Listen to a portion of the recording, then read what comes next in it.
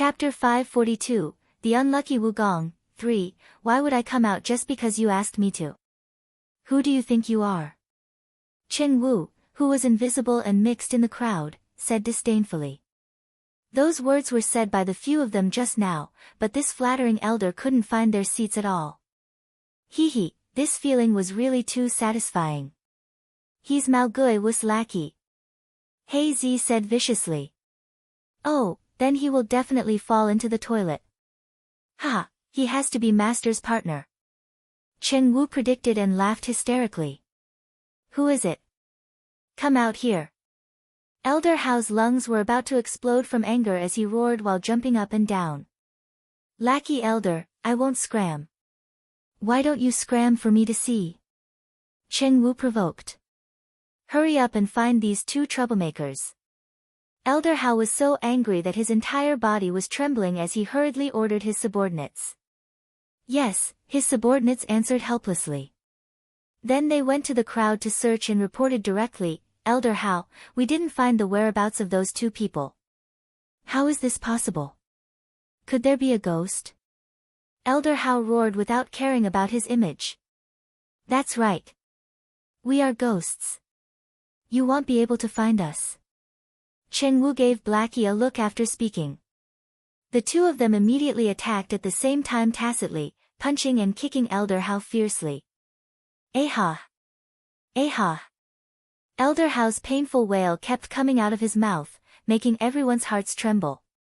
There's really a ghost. Elder Hao's subordinates were so scared that their faces were pale, their legs were trembling, and their bodies were trembling as they said. That was because they only heard Elder Hao's painful howl and saw blood constantly seeping out of Elder Hao's body. However, they didn't see who attacked, nor did they feel any fluctuation of mystic energy. This was enough to show that the person who beat Elder Hao up was not a human. Ah! Could it be Elder Hao's enemy? They couldn't help guessing. Save me, save me. Elder Hao pleaded weakly. Elder Hao, how can we save you if we can't see those ghosts? The subordinate said very awkwardly. Alas, how could they be a match for the ghosts? Moreover, they didn't want to be entangled by those evil ghosts after saving Elder Hao. Haha, whoever dares to save him will suffer the same fate as him. Chen Wu threatened. Indeed, no one dared to move after he said that. A few minutes later, Elder Hao, who had been beaten beyond recognition, finally fainted from exhaustion. Chen Wu and He Zi clapped their hands as if they hadn't had enough. Their gazes collided, and they looked at each other with smiles. Then, the two of them tacitly said with slight dissatisfaction, you really don't resist the beatings. Your bodies are too weak. Hee, beating someone up with their fists was also quite enjoyable. No wonder Miss Beasts often used physical attacks in close combat instead of mystic techniques. This feeling seemed to have a greater sense of accomplishment than using mystic techniques. They also learned this move from Miss Beasts. They tested it today and indeed didn't disappoint. Everyone present and Elder Hao's subordinates couldn't help but be at a loss for words when they heard the slightly displeased voice coming from the void. They thought to themselves, aren't you just pretending after benefiting? Alas! Poor Elder Hao. This was really an unexpected calamity. Tell me, why did he have to provoke these two unknown jinxes? Great, he was beaten up now. In fact, the mystics present were not fools. How could they not see that it was not a ghost at all? President Wu had obviously offended someone, so he was messed up so badly. How could someone who dared to mess with the vice president of the Mystic Association headquarters be afraid of an elder? Therefore, this Elder Hao was a big fool in their eyes now. Chen Wu and He Zi were about to leave after beating him up when Wugong, who had been hanging on the city wall, suddenly woke up. Wugong endured the headache and opened his blood-stained eyes. His brain was still in a daze because of the blow to his head. He looked at the environment in front of him in confusion and asked foolishly, where is this? Why am I here? Ha, so our high and mighty Vice President Wu has woken up. Congratulations. Chen Wu gloated. Where am I? Who are you? Wugong looked down and realized that he was surrounded by people. Moreover, everyone's gazes were sympathetic and strange. He couldn't help but be surprised as his mind gradually cleared. Vice President Wu, your current location is on the city wall at the city gate. As for me, just take it that I'm here to collect debts from you, haha. Cheng Wu said with a fake smile. On the city wall? Wugong lowered his head and looked at himself. What he saw almost made him faint again. Damn! Not only was he naked, but his body was also covered in yellow feces. At this moment, he was emitting a foul smell. Damn it, who did this? Come out if you have the guts. Wugong's mind was completely awake. His aura, which had been in a high position for many years, was unleashed. Even though he was in a sorry state, the domineering aura of a superior increased without reduction. It's you. Vice President Wu fell into the latrine. You can't take the shame, so you came to commit suicide at the city gate. We came to watch the commotion when we heard the news, He Zi explained understandingly. What are you waiting for? Put me down quickly. Wugong ignored He Zi and roared at his subordinates from the Mystic Association. Yes, yes. The dazed subordinates reacted and hurriedly saved Wugong from the city wall in a fluster. Take off your clothes. Wugong ordered a subordinate with a body similar to his. Yes. The subordinate hurriedly took off his coat and handed it to Wugong. What happened to Elder Hao? Wugong frowned and asked in puzzlement as he looked at the bloodied Elder Hao lying on the ground after putting on his coat. Report, Elder Hao was beaten up by a ghost, a subordinate reported very seriously with an abnormally serious expression on his face.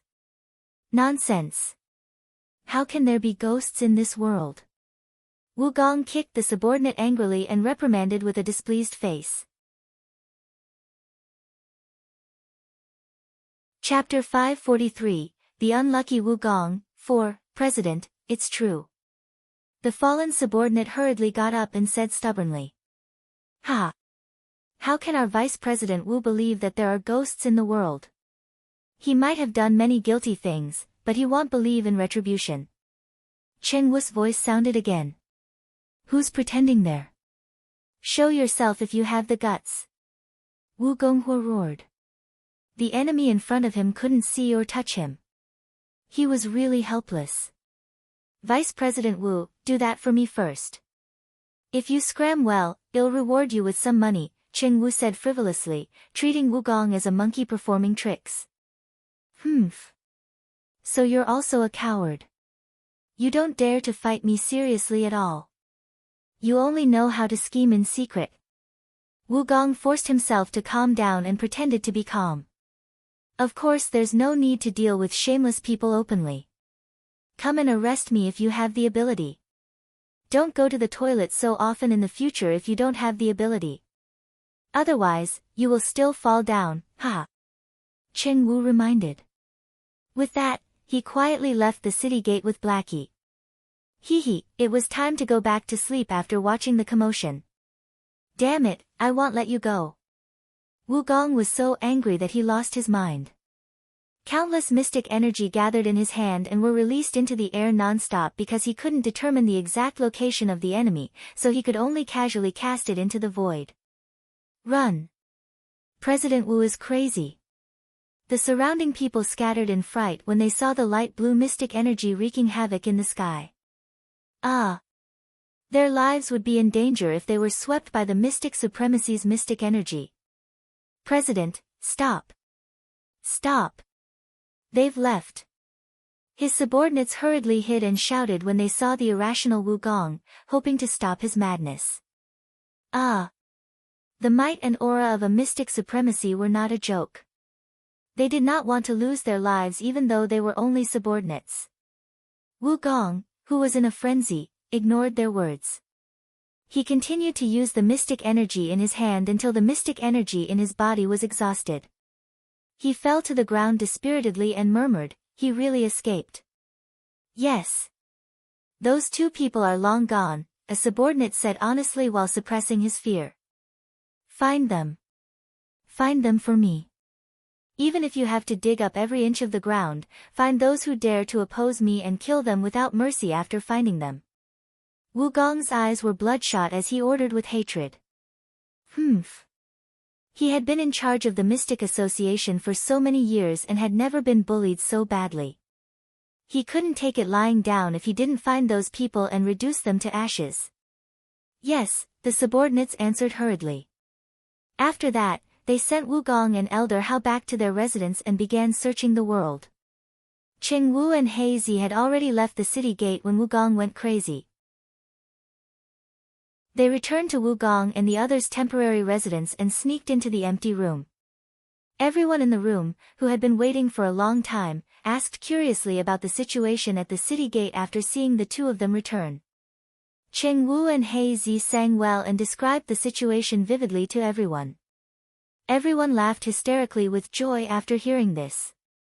After laughing, a mystic sovereign couldn't help asking, "Big brother Cheng, what should we do next?"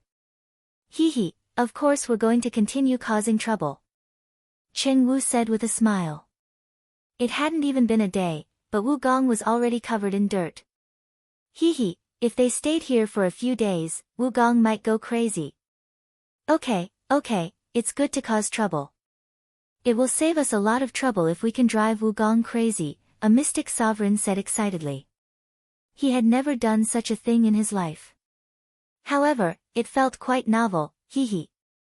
"Big brother Cheng, what should we continue causing trouble for?" He Zi asked excitedly. "I intend to drug him and make him stay for half a month. Then, I'll drop a few more latrines, hee. Cheng Wu said with a naughty smile. "Big brother Cheng, you're ruthless." The mystic sovereigns looked at Cheng Wu with admiration and praised him. Alas! Big brother Cheng was such a steady and upright child back then, but he actually learned bad things now. Miss Enemy is our enemy, and being kind to our enemy is being cruel to ourselves, so of course we can't let ourselves down. Cheng Wu said righteously, his expression abnormally serious. Big brother Cheng is right. Let's quickly drug him, the mystic sovereign said impatiently. Okay, I'll give you the medicine. Let's split up. Cheng Wu distributed the medicine Leng Ruoxue gave him to everyone. Then, everyone split up to administer the medicine. Wugong and the others were in deep trouble the following days. Wugong had suffered, and Sun Wei, Wugong's ally, naturally would not have it easy. As the overall in charge of this matter, Cheng Wu divided his team into two groups. He oversaw the mansion where Wugong was, and he handed in another relatively stronger mystic sovereign, Song Di, to be in charge of Sun Wei's place. After the explosion of the Alchemist Association, Sun Wei arranged his residence in the inn in Carefree City, which was second only to the Carefree Pavilion. He also booked the inn as the temporary construction site for the Alchemist Association. At the inn where Sun Wei was staying, Song Di and the others were hiding in the empty room next to Sun Wei's room. At this moment, they were discussing a strategy in the room. They already knew about Wugong and were deeply inspired. Therefore, they had been discussing how to not be inferior to what Cheng Wu and the others had done. Big brother Song, Wugong lost his face. "We can't fall too far behind," a mystic sovereign couldn't help but say. "Yes, we have to discuss it properly and see how we can leave a deep impression on Sun Wei." Song Di agreed with his partner's words and said with a naughty smile. A soft moan sounded from the next room as everyone was discussing. They immediately perked up when they heard that. Everyone looked at each other and smiled tacitly before leaving the room. Chapter 544, Sun Wei's Ending, 1. At the door of Sun Wei's room, everyone turned invisible and listened for a while. Then, Song Di gently pushed open a crack in the door and threw a small pill into the room. After waiting for a while, a scream suddenly sounded in the room, followed by the angry voice of a woman. "What's the matter with you? Why did you suddenly become like this?"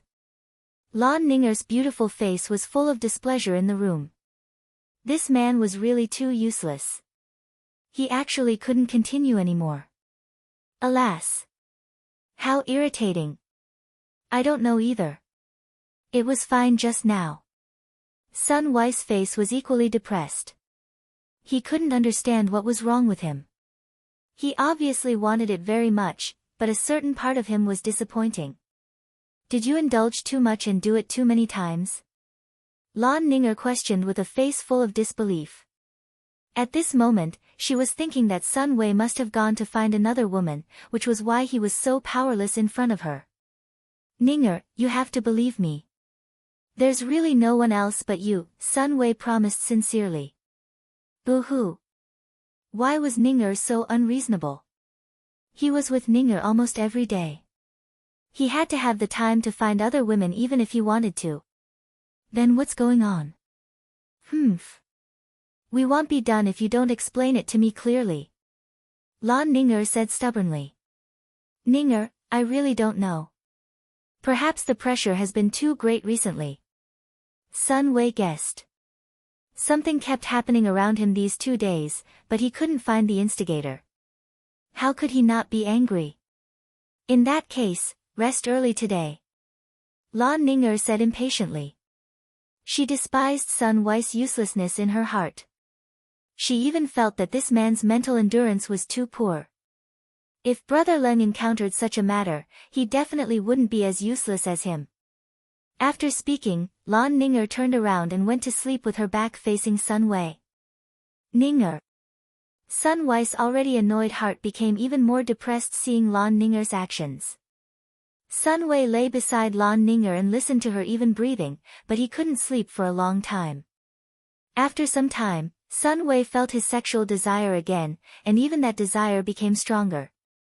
Moreover, a certain part reacted again. After a while of silence, Sun Wei felt that not only was he unable to suppress the burning desire, it was becoming more and more intense. He had no choice but to wake Lan Ninger up and roll over to press her down. What are you doing? Lan Ninger opened her eyes and questioned with a displeased face. She was already asleep, but Sun Wei actually woke her up. She would definitely not let Sun Wei go if he couldn't give her a reasonable explanation. Ninger, I want it so much. Sun Wei's hands kept swimming around Lan Ninger's red fruit body, and his hot lips kissed Lan Ninger's snow-white skin. You want it? Can you do it or not? Lan Ninger questioned impatiently. She didn't want Sun Wei to fail again halfway. One had to know that the feeling of neither going up nor down was very uncomfortable. You'll know if I can do it or not if you try. Sun Wei said angrily. No man could bear Lan Ninger's doubts, and he was naturally no exception. But Sun Wei couldn't keep it up again in no time. You're really too useless. Lan Ninger roared furiously. Her sexual drive was just aroused when Sun Wei collapsed weakly again. How could she not be angry? Ninger, don't be angry. I'll try again. Sun Wei said angrily. He didn't believe that he couldn't finish it. After giving up and trying a few more times, Sun Wei still couldn't harden up. Lan Ninger completely lost her patience and was even angrier. Sun Wei, you're really too useless. Lan Ninger roared angrily. He couldn't even be a normal man. She really didn't know what else this man could count on him for. Ninger, this was an accident. Really, I promise. Sun Wei quickly coaxed. He might be unable to make himself lose face as a man, but he really didn't think that this was his problem. He always felt that he was normal. An accident? What can you guarantee? Lan Ninger's beautiful eyes glanced at Sun Wei, obviously not believing his words. Ninger, let's try a few more times. I definitely won't have any problems, Sun Wei discussed. Do you still want to do it? How long do you want to torment me for? Lan Ninger was angry. She was aroused but couldn't get off every time. This feeling was not good, so she really couldn't cooperate with Sun Wei anymore. Let's try a few more times. It will definitely work, Sun Wei said, unwilling to give up. He couldn't believe that he really couldn't. After all, if he couldn't do this, it would be a fatal blow to any man. Do it yourself if you want to. I'm going to bed. Lan Ninger said coldly. Then she turned her back to Sun Wei and went to sleep. Ninger. Sun Wei called out softly, but Lan Ninger didn't give him any response. This made him even more annoyed. Moreover, the fire in his body began to stir again for some reason. Sun Wei looked at his excited self and pressed down on Lan Ninger without any explanation. Lan Ninger was woken up by his actions again. She glared at him with a displeased face and said, "What do you want to do?"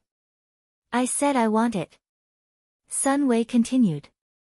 However, Lan Ninger was a little impatient by his slightly crude actions. She swatted away Sun Wei's large hand that was wandering on her body and roared furiously, "Don't touch me. You are my woman. Who else should I touch if not you?" Sun Wei's anger rose. He also didn't feel good repeating this torment. And Lan Ninger was so uncooperative, so this couldn't help making him a little angry. "Let's talk about it when you can do it." Lan Ninger's beautiful face was full of disdain. What she implied was that he couldn't do it now. "I can do it now." Sun Wei roared furiously. Then, he ignored Lan Ninger's refusal and wanted to use force. A few minutes later, Sun Wei couldn't keep it up anymore again. Chapter 545, Sun Wei's Ending, 2, This is what you mean by you can do it now. Lan Ninger was so angry that her entire body was trembling. She had been tormented countless times in this short period of time. Moreover, Sun Wei, who always doted on her, actually used force on her. However, it was fine if he used force to finish it, but the result was the same every time. The repeated torment made her lose all her patience, and the contempt for Sun Wei in her heart gradually deepened. "I'm sorry. I didn't do it on purpose." "Ninger, don't be angry with me," Sun Wei said guiltily. "Can I sleep now?" Lan Ninger asked coldly. The word impatient was obvious on her face, and the disdain in her beautiful eyes was already too lazy to hide. "Sleep. I won't touch you anymore today," Sun Wei said helplessly. Alas. He didn't blame Ninger because his mood was not much better than Ninger's. "I'm going to bed." Lan Ninger turned around and went to sleep with her back facing Sun Wei. Sun Wei sat alone until dawn and had a sleepless night. The few people hiding in the room next to Sun Wei also had a sleepless night. However, they were different from Sun Wei. Sun Wei was so depressed that he couldn't sleep, but they were too excited to watch the commotion and had insomnia. "Hee, Big Brother Song, you're really evil. You actually tormented Sun Wei repeatedly. At this rate, I think it won't be long before he becomes impotent even if we don't drug Sun Wei anymore," a mystic sovereign said with a wretched smile, gloating. "Humph. Who asked him to provoke our miss? So what if he's from the Sun family? Well, still teach him a lesson." Song Di said nonchalantly. He had always had an unruly character. He had really never submitted to anyone except Leng Ruoxue. Sun Wei might be from the Sun family, one of the three major families, but Sun Wei was nothing in his eyes. "That's right. We have to teach him a lesson no matter who he is," another mystic sovereign echoed. "Yes, yes." The mystic sovereigns nodded in unison. Just like that, a few mystic sovereign powerhouses hid in the guest room and found small trouble for Sun Wei and Lan Ninger from time to time. In just a few days, Sun Wei and Lan Ninger became dispirited and lost a whole lot of weight. In the room, Sun Wei and Lan Ninger sat on the bed in the room with their heads lowered, thinking about something. "Ninger." Sun Wei finally spoke after a long silence. "What is it?" Lan Ninger said indifferently with a very cold attitude. "Ninger, don't be like this, okay?" Sun Wei said helplessly. Alas. He knew that Ninger had been very unhappy these few days, but he also felt uncomfortable in his heart. "Then what do you want me to do?" Lan Ninger roared furiously. Sun Wei wanted to try every day during the past few days, but it didn't work every time. In the end, she was unwilling to cooperate, so Sun Wei directly used force. This made her feel abnormally disgusted. Ninger, I'm sorry, but I really don't think it's my fault, Sun Wei explained. In fact, he had a very strong feeling every time, but he just couldn't complete it every time. It's not your problem. Could it be mine? Lan Ninger glared with her beautiful eyes and questioned very unpleasantly. This man obviously couldn't satisfy her anymore, but he always pretended to be strong. In the end, it made the two of them abnormally painful. That's not what I mean. I think someone is messing with me. Sun Wei voiced his doubts. For a few days, there was no reaction whenever he wanted to do it. When he gave up, the feeling was very strong, so he suspected that someone was scheming in the dark. Stop finding excuses. You're obviously the one who is unable to do it anymore. Lan Ninger said disdainfully. There were rumors outside that Sun Wei was impotent now, so she also believed it. And if that was the case, it was impossible for her to hang out with Sun Wei anymore. Ninger, why can't I? I'm very healthy. Don't listen to the rumors outside. Sun Wei quickly coaxed. He knew that there were many rumors that were disadvantageous to him outside now, but he had never been able to capture the person who spread those rumors, so this made him very depressed. You can. It's been a few days. Have you satisfied me even once? Sun Wei, if you can't find the reason, then there's no need for us to be together. Lan Ninger directly gave an ultimatum. Ninger, can you not be like this? You have to believe me. Someone is really messing with me. I suspect it's Leng Ruoxue and the others, Sun Wei said with certainty. Is that so? Then quickly capture that ugly freak. Lan Ninger roared. Leng Ruoxue's name was like a nightmare to her now, so she would lose her reason from anger as soon as she heard this name. Ninger, don't worry. I've been sending people to look for their whereabouts. President Wu is also sending people to look for them. Sun Wei comforted. President Wu wanted to find the whereabouts of Leng Ruoxue and the others more than him. Therefore, he sent many people to look for them, but they still found nothing. Now, President Wu had diarrhea every day, and his road was basically a little unstable. Therefore, President Wu was much worse than him. There are so many of you looking for Leng Ruoxue, and you've been looking for her for so many days. Logically speaking, Carefree City should have been searched several times already. Why haven't you found her yet? Lan Ninger asked with a face full of doubts. She really doubted if they had done their best to look for her. If they had really been looking, why hadn't they found a single strand of Leng Ruoxue and the others after so many days? Ninger, we've almost turned Carefree City upside down. We've sent people to check every inn and residence, but there's none. Alas. I don't know which rat hole they're hiding in. Sun Wei said very gloomily. He couldn't find the whereabouts of the person he wanted to find, but he couldn't find anyone. This made him very angry. Then what should we do? Are we going to continue like this?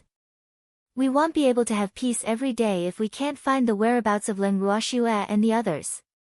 Lan Ninger was a little angry from embarrassment. Sun Wei had been experimenting non-stop these few days, provoking her every time. However, he was not responsible for watering her. She had not been satisfied for many days. This prevented her anger from accumulating and her temper from growing.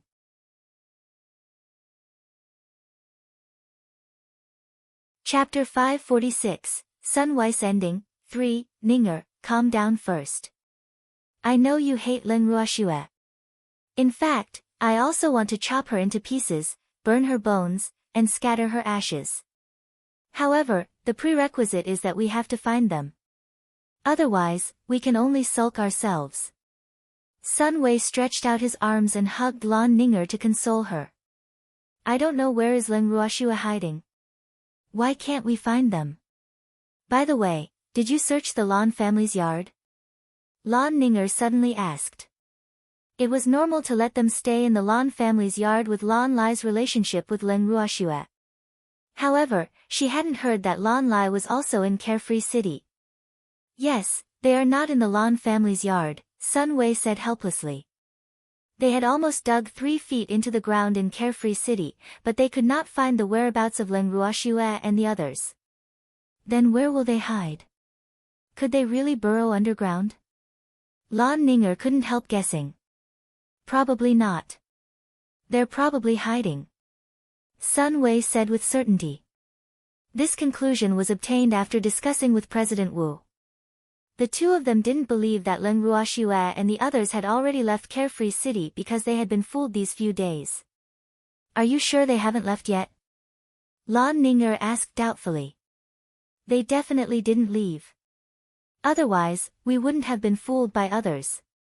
Sun Wei was very sure of his guess. So what if they didn't leave?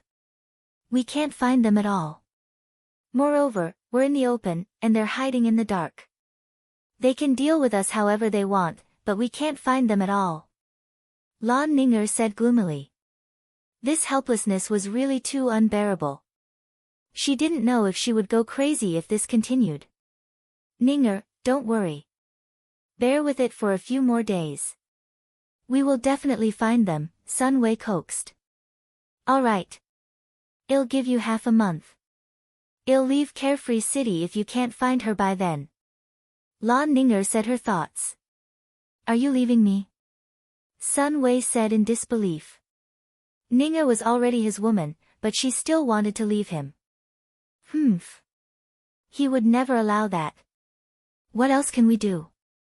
I don't want to worry all day about someone coming to cause trouble, but we are unable to capture her, Lan Ninger said nonchalantly. Ninger, you're already my woman now, Sun Wei reminded. Humph. So what? You're so useless. I probably won't have a good life with you. It's better to leave as soon as possible, Lan Ninger said nonchalantly. In fact, she didn't like Sun Wei at all. The reason why she mixed with him was only to borrow Sun Wei's current power. Therefore, it was only right for her to leave since Sun Wei couldn't satisfy her now. Ninger, I won't let you leave me, Sun Wei said very seriously. Ninger was his, even in death. He would never allow his woman to lie under another man and beg for love. You're so useless. You can't even capture a woman, and you are impotent now. What's the point of me being with you? Lan Ninger's beautiful face was full of disdain. I said that someone is messing with me. I'm a normal man. Sun Wei roared angrily. He was abnormally angry at Lan Ninger's doubts.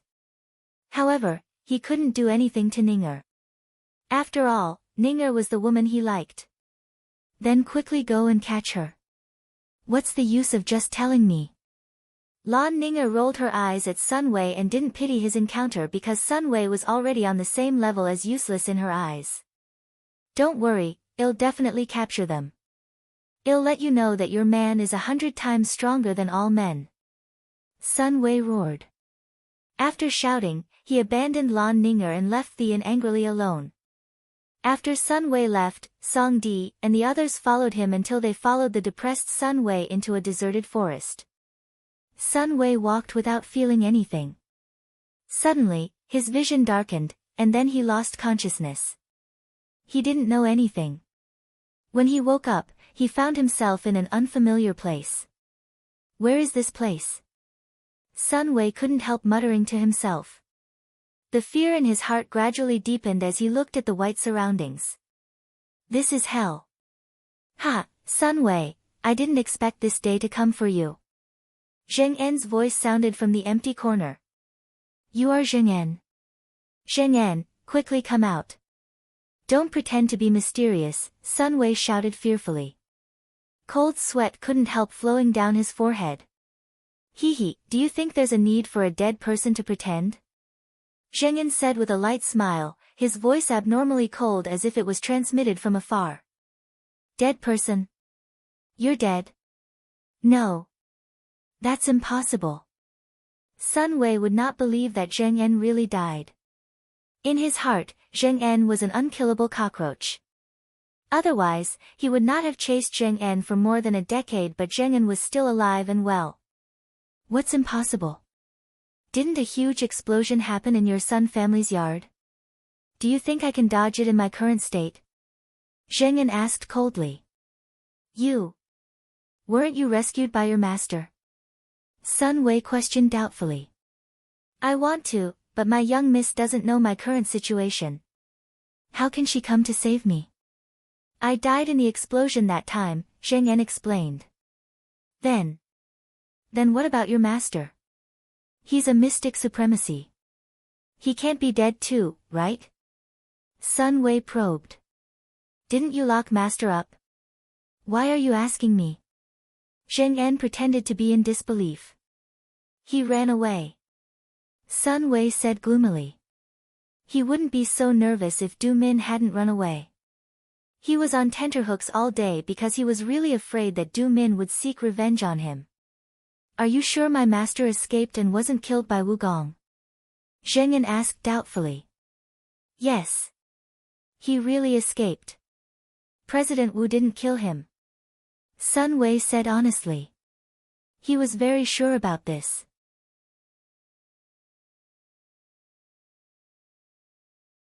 Chapter 547, Sun Wei's Ending, 4, But I don't believe you because I did not see my master. However, I want to know what happened to your master, you bastard who bullies your master and destroys your ancestors. Zheng En scolded. He really hated Sun Wei's actions because alchemists like Sun Wei who betrayed their masters and destroyed their ancestors in this world were absolutely considered strange. I was forced to. I didn't want to, Sun Wei pretended to be pitiful. Nonsense, who forced you? It's obvious that you have ulterior motives, and you still have the cheek to quibble. Sun Wei, as a man, you have to be daring. You're not worthy of being a man at all. Zheng En's voice was full of disdain, and the temperature here suddenly dropped a lot just as he finished speaking. Sun Wei crossed his arms in front of his chest and couldn't speak properly. Why was it suddenly so cold? What was going on? He couldn't understand. Could Zheng En really be dead? That was impossible, right? He still couldn't believe it. What about you? You are a scumbag, a bastard, a scumbag who bullies his master and ancestors. You will not have a good end, Zheng En said disdainfully. Zheng En, don't pretend. Come out if you have the guts. Sun Wei gathered his courage and roared loudly. The place he was staying now was gloomy. Moreover, he could only hear Zheng En's voice but couldn't see him. This made the pressure in his heart very big, and the fear in his heart deepened. I said him dead. Don't you understand human language? Moreover, do you think ghosts have guts? Zheng En said with a light smile. Sun Wei's heart was not so good compared to his relaxed mood. Can you tell me where this is first? Sun Wei composed himself and asked. He was skeptical of Zheng En's words, but he didn't even know where this place was. This made the pressure in his heart increase. This is a place where only people who have done bad things will come. So you're here. Zheng En gloated. He felt so good seeing Sun Wei's pale face and trembling body in the dark. No. That's impossible. Aren't you here too? Sun Wei hurriedly asked in return. I'm here to seek revenge on you. You don't know, right? The Underworld Lord already knows what you did, so he's very angry at you for deceiving your masters and destroying your ancestors and framing your friends. He also agreed to let me come find you personally to seek revenge. This is probably the so-called retribution for evil. You've done too many bad things. You won't have a good life even if you go to hell. Zheng En said with a smile, his laughter seemed to have the joy of having avenged a great enmity. No. I didn't. I was forced. Sun Wei still wanted to quibble. Forced? Who forced you? Zheng En questioned coldly. He was really very disappointed with Sun Wei's true nature. He also couldn't understand why he treated Sun Wei as a lifelong friend back then. His taste was really not good. Of course it's my family. You're not me. You don't know how much pressure I'm under, Sun Wei said pitifully. Stress? Can you frame me just because you're stressed? Zheng En questioned. I don't have a choice either. If I don't do that, I won't be of any use in the family. I don't want to become an abandoned son, so I have to become the disciple of the Alchemist Association's president. That way, I will have a place in the family. Sun Wei said honestly, his face still full of fear. You did all the bad things yourself, and you actually said that your family forced you. Sun Wei, I find that your skin is really extraordinarily thick. Zheng En snorted coldly and said mockingly.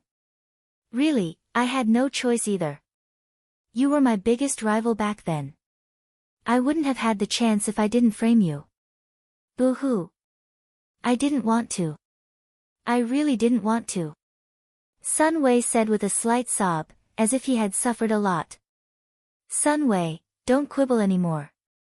You obviously have ill intentions, but you actually said that you were forced. Are you a man or not? It's really embarrassing for a man to be like you, Zheng En said disdainfully. Of course I'm a man, but I'm not anymore. I'm even impotent now. Boo-hoo, Sun Wei even used such a reason in order to live. He thought he knew Zheng En very well, so he knew that the more he pretended to be pitiful, the greater his chance of survival. Sun Wei, you're really too shameless. Zheng En was speechless. Sun Wei was really unscrupulous in order to survive. He actually abandoned the dignity of a man. I'm telling the truth. I really am impotent. Boo-hoo, Sun Wei cried. This matter was very embarrassing, but it was better than losing his life. Sun Wei, stop pretending to be pitiful. I won't pity you, Zheng En said coldly. Sun Wei really underestimated him. Did he think he was still the overly kind man from back then? Then what do you want? I can do anything as long as you let me go, Sun Wei pleaded. He didn't want to die, boo-hoo. Tell me how you framed me back then. If you satisfy me, I might consider pleading with the Underworld Lord to let you live. Zheng En said after some thought. He had to let Sun Wei reveal the truth himself. Only then could he completely wash away his innocence. Otherwise, all the arrangements made by Miss would be in vain. Will you really let me go if I tell you? Sun Wei said uncertainly. Of course. The Dark Lord said that this is our personal grudge. He won't pursue it if I'm willing to let you go, Zheng En said very sincerely. Okay, I'll tell you.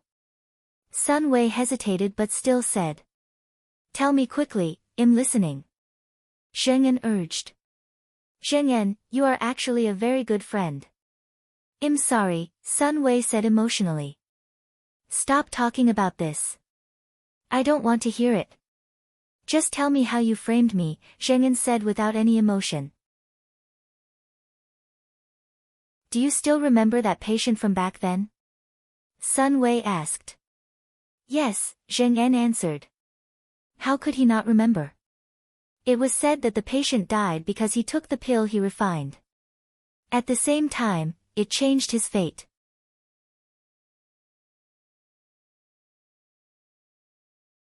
Chapter 548, Reward, 1. In fact, that person didn't die at all. He recovered quickly after taking the pills you refined. I gave him benefits, so he was willing to cooperate with me to frame you. Sun Wei explained. He didn't die. Then where is he now? Zheng En asked while suppressing his anger. He really didn't expect his momentary kindness to cause him an undeserved calamity. I don't know either. However, he should be living a good life now because I gave him a lot of money back then, Sun Wei said. Living a good life? Sun Wei, why didn't you kill that person to silence him? Didn't you silence many people who worked for you back then? Zheng En said in puzzlement. I wanted to kill him, but that person was very cunning. He slipped away by himself before I could do anything. I've never found his whereabouts. Sun Wei said gloomily. Alas. He wouldn't have chased Zheng En for more than a decade if that person hadn't disappeared. I didn't expect you to fail as well, Zheng En said coldly. Yes, I didn't expect him to slip away so quickly either, Sun Wei said with slight regret. Sun Wei, you did all sorts of bad things and bullied your master and ancestors. Don't you have nightmares at night? Zheng En asked very curiously. I didn't. I was forced. Sun Wei defended himself. Ha, Sun Wei, I've lived for so long, but this is the first time I've seen someone as thick-skinned as you, Zheng En said disdainfully. I had no choice, Sun Wei emphasized. Sun Wei, was there any other reason why you framed me back then besides being jealous of me? Zheng En couldn't understand. If it was just jealousy, he shouldn't have been tortured to death. No. I want to become the disciple of the president of the Alchemist Association. However, your existence is too much pressure on me, so I had no choice but to attack you. In fact, I also treat you as a friend. Sun Wei tried to move him with affection because he thought he knew Zheng En very well. Zheng En had always been a very kind and righteous man in his heart. Otherwise, he would not have successfully framed him back then. Sun Wei, don't insult my intelligence. You've never treated me as a friend. You approached me with a reason from the beginning, Zheng En said very coldly. He really didn't expect Sun Wei to still want to use his kindness now. Alas. Did Sun Wei really think he was still the Zheng En from back then? I'm telling the truth.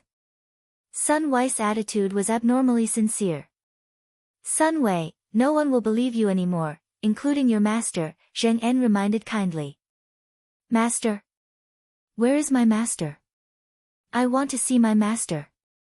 Sun Wei heard the word master as if he had grabbed onto a life-saving straw.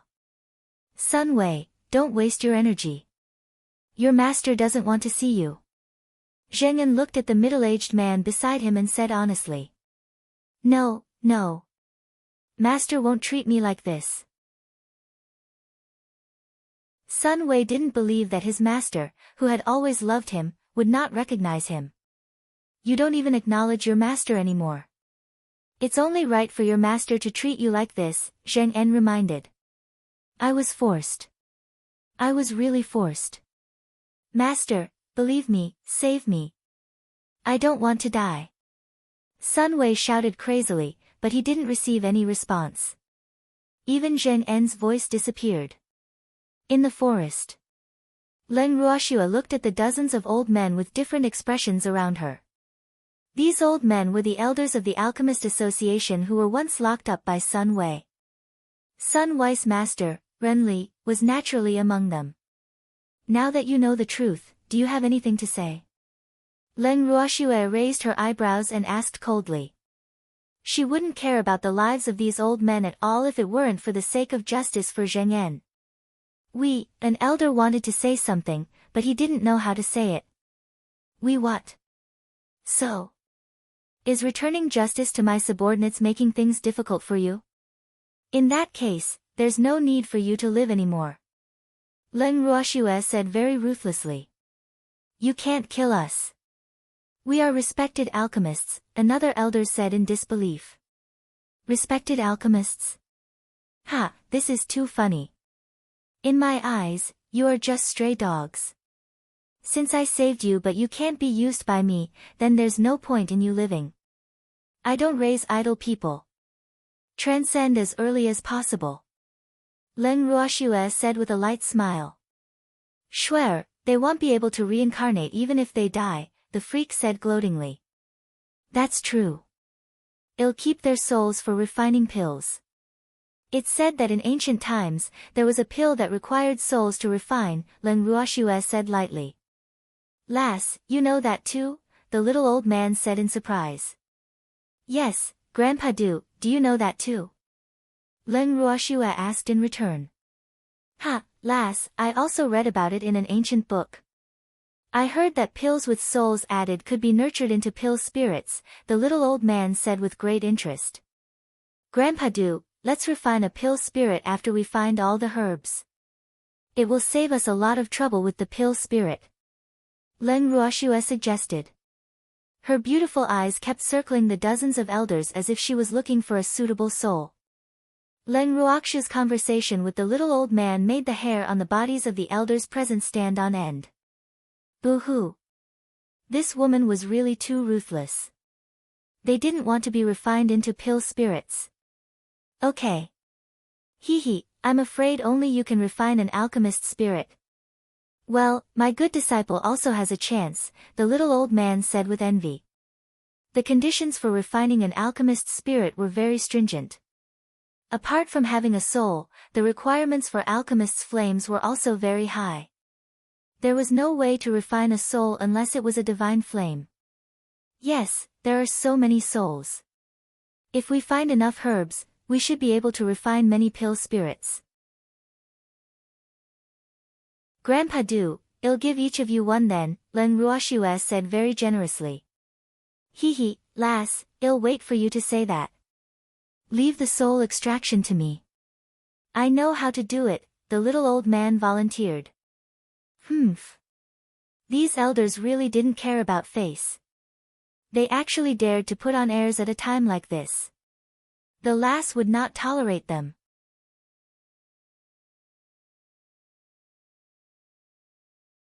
Chapter 549, Reward, 2, okay, Grandpa do, then I'll have to trouble you to deal with these people first. They occupy too much space. Len Ruoxue said very disdainfully. Humph. She wouldn't have saved them if she knew they were so stubborn. Okay, no problem. Leave it to me, the little old man replied. Then he raised a hand above his head and prepared to attack. Wait. Len Ruoxue suddenly stopped the little old man before he could do anything. Lass, don't be soft-hearted. Some people are not worth it, the little old man advised. Grandpa do, you're mistaken. I want them to pay for the rooms and meals over the past few days. I'm not obligated to raise them for nothing, Len Ruoxue explained with a smile. After saving these people, she hid them in the guest room she booked for Carefree Hall, so she paid for their meals and lodging these few days. Yes, that makes sense. Return the money you owe the girl first, and then I'll deal with you. The little old man nodded and ordered the dozens of elders with very ugly expressions. Your Excellency Du Min, your status in the Alchemist Association is extraordinary. How can you help outsiders bully us? An elder questioned with slight dissatisfaction. In fact, he didn't think Du Min would really kill them, so he was fearless. Outsiders? To me, you are the outsiders, the little old man said emotionlessly, despising these elders who still couldn't see the situation clearly. Your Excellency Du Min, everything is negotiable. It's really a little difficult for us to seek justice for Zheng En now, another elder mediated. What do you mean? The little old man narrowed his eyes and asked lightly. Your Excellency Du Min, you should be aware of the situation in the headquarters. We are also being investigated by the headquarters now, so we have no way to clear Zheng En's name, the elder explained with a troubled expression. Yes. The other elders quickly echoed. Do you mean that you want us to help you snatch back the Alchemist Association headquarters? Len Ruoxue asked with a light smile, her beautiful face full of realization. Humph. These old foxes finally revealed their fox tails. If you are willing to help, we will immediately clear Zheng En's name after we obtain control of the headquarters, the elder said hurriedly. He might not have interacted with Len Ruoxue for long, but he was very impressed with Len Ruoxue's methods. You're negotiating with me. Len Ruoxue said indifferently, no joy or anger on her beautiful face. Ah. We just hope that Miss Len can help, the elder said very sincerely. No. We don't care even if you can't clear Zheng En's name. Anyway, the Alchemist Association has been laid to waste. Isn't it not so important to clear her name? Len Ruoxue said nonchalantly. Humph. The person who could threaten her hadn't been born yet. How could she be threatened by a few disheveled old men? The elders were stunned. None of them expected Leng Ruoxue to refuse so directly. This was a little unexpected and also made them not mentally prepared because this was far from what they had originally imagined. The reason why they didn't immediately agree to return Zheng En's innocence was also because they hoped to hold the initiative in the negotiation. However, Leng Ruoxue actually didn't play according to the rules. "Miss Leng, what should we do to make you willing to help us?" Another elder couldn't help asking. Sun Wei was in Leng Ruoxue's hands, and they couldn't take back the authority of the headquarters with their strength, so they really needed Leng Ruoxue's help. "It's impossible for me to help you, but you can pay me. I can help you if the remuneration is satisfactory," Leng Ruoxue said with a light smile. In fact, she had decided to ruthlessly kill them since she sent people to save these old men. Who asked them to actually dare to bully her people? "Humph. Then how much do you want, Miss Leng?" an elder asked while enduring the pain. "Not much. I just want 2/3 of your headquarters' assets," Leng Ruoxue said very kindly. Cold sweat broke out on the foreheads of the elders, and their hearts fluttered. Wasn't 2/3 more than that? One had to know that it was the wealth accumulated by the Alchemist Association for thousands of years. 2/3 of it was gone in an instant by her exorbitant demand. It was really too despicable. "What? You can't bear to? Then forget it." Leng Ruoxue shrugged her shoulders nonchalantly. Miss Leng, can we discuss it?" an elder asked. "Okay, discuss it nicely. However, my patience is limited," Leng Ruoxue warned, implying that she would not wait for them for long. "Okay," the elders replied. Then they walked to another corner and discussed it. "Miss, will they agree?" Zheng En asked curiously. Just as Miss said, it was no longer important if the Alchemist Association did not clear his name because Sun Wei had already said it himself, and many people had already heard it. This was enough for him. "Yes," Leng Ruoxue said with certainty. "Little Snowy, you're ruthless," Lan Ming said with admiration. Boo-hoo. He realized that the price Little Snowy offered him was already considered very cheap. "We have to attack when the time comes." Who asked them to care so much about the Alchemist Association? Leng Ruoxue said with a smile.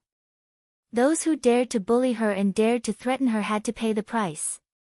"Miss, what should we do with Sun Wei?" Zheng En suddenly asked. "Do you want to kill him?" Leng Ruoxue asked in return. Sun Wei was now in an illusion that she got confounded to set up.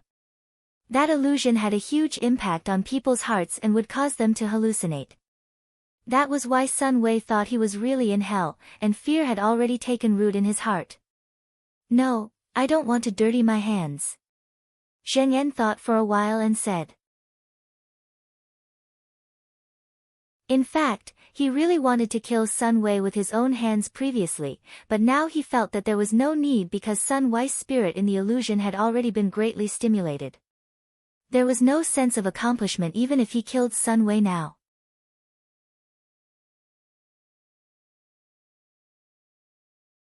Chapter 550, Reward, 3, Then hand him to confound.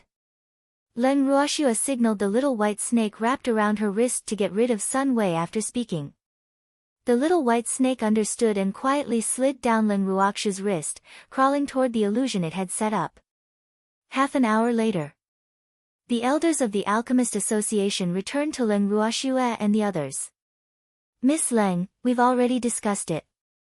If you can help us take back control of the Alchemist Association, we are willing to pay 2/3 of our assets as remuneration," an elder said as a representative.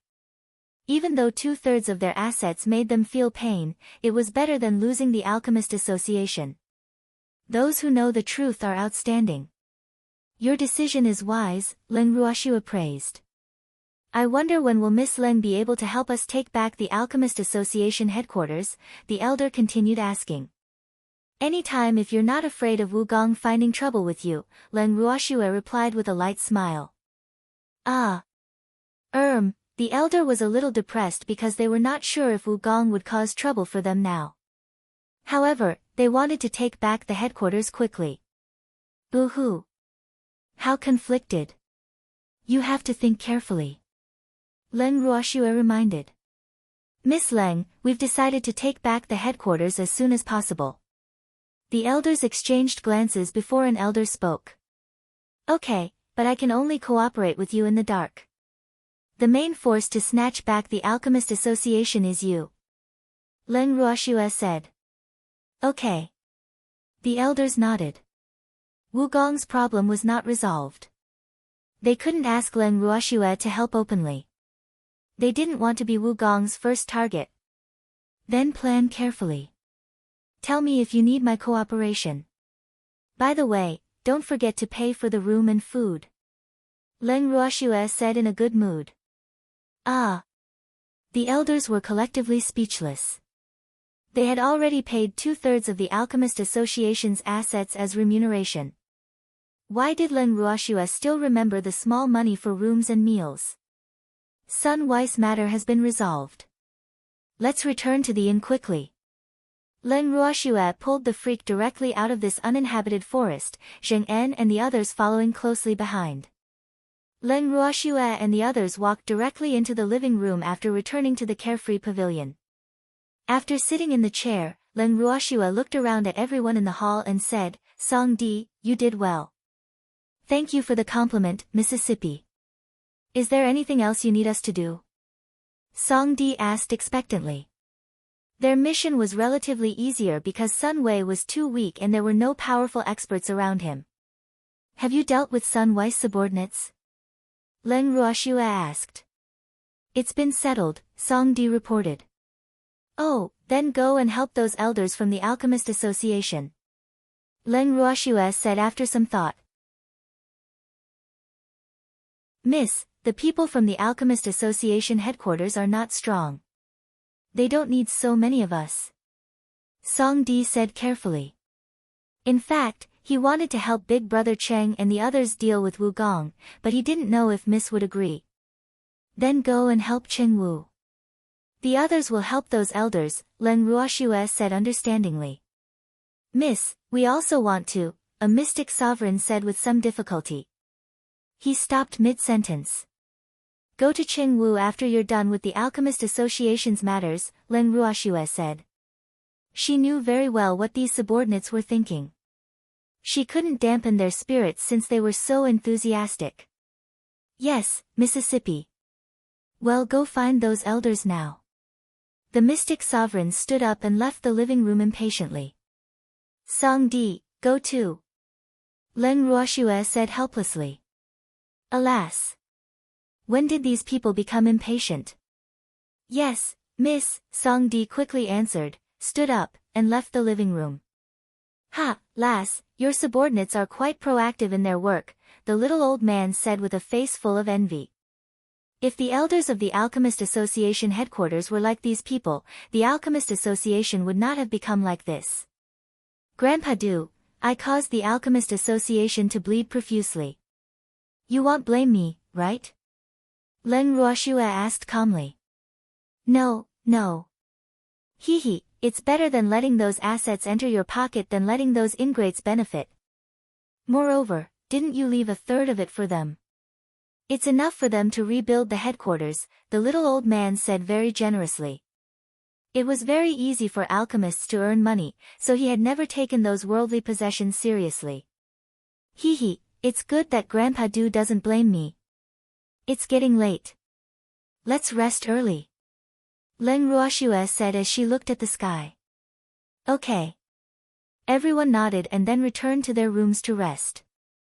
Leng Ruoxue and the freak entered the bracelet directly after returning to their room. Schwer, will the matter of the Alchemist Association be resolved tomorrow? Empty, who was waiting for them on the stone chair in front of the purple bamboo hut, asked. Ha, that will depend on the abilities of those elders. Leng Ruoxue said with a smile. Aren't you going to help them think of some way? Empty asked curiously. Not only are those old men stubborn, but they also want to play mind games with me. I don't care. However, I've already sent a few mystic sovereigns to help them.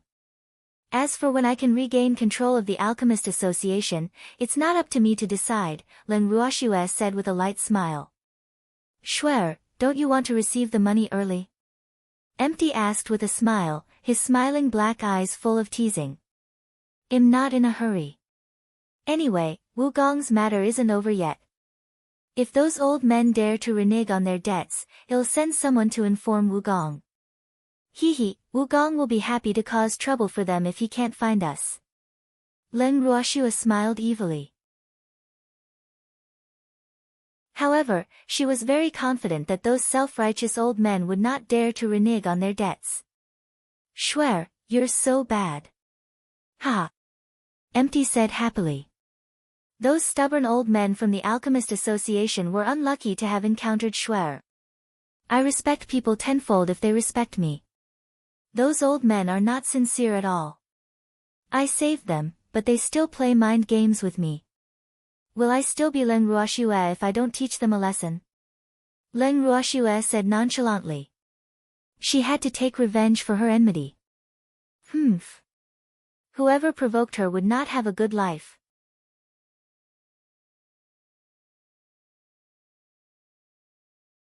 Chapter 551, A Good Thing That Fell from the Sky. 1. Those old men have been in high positions for many years, so they naturally won't take others seriously.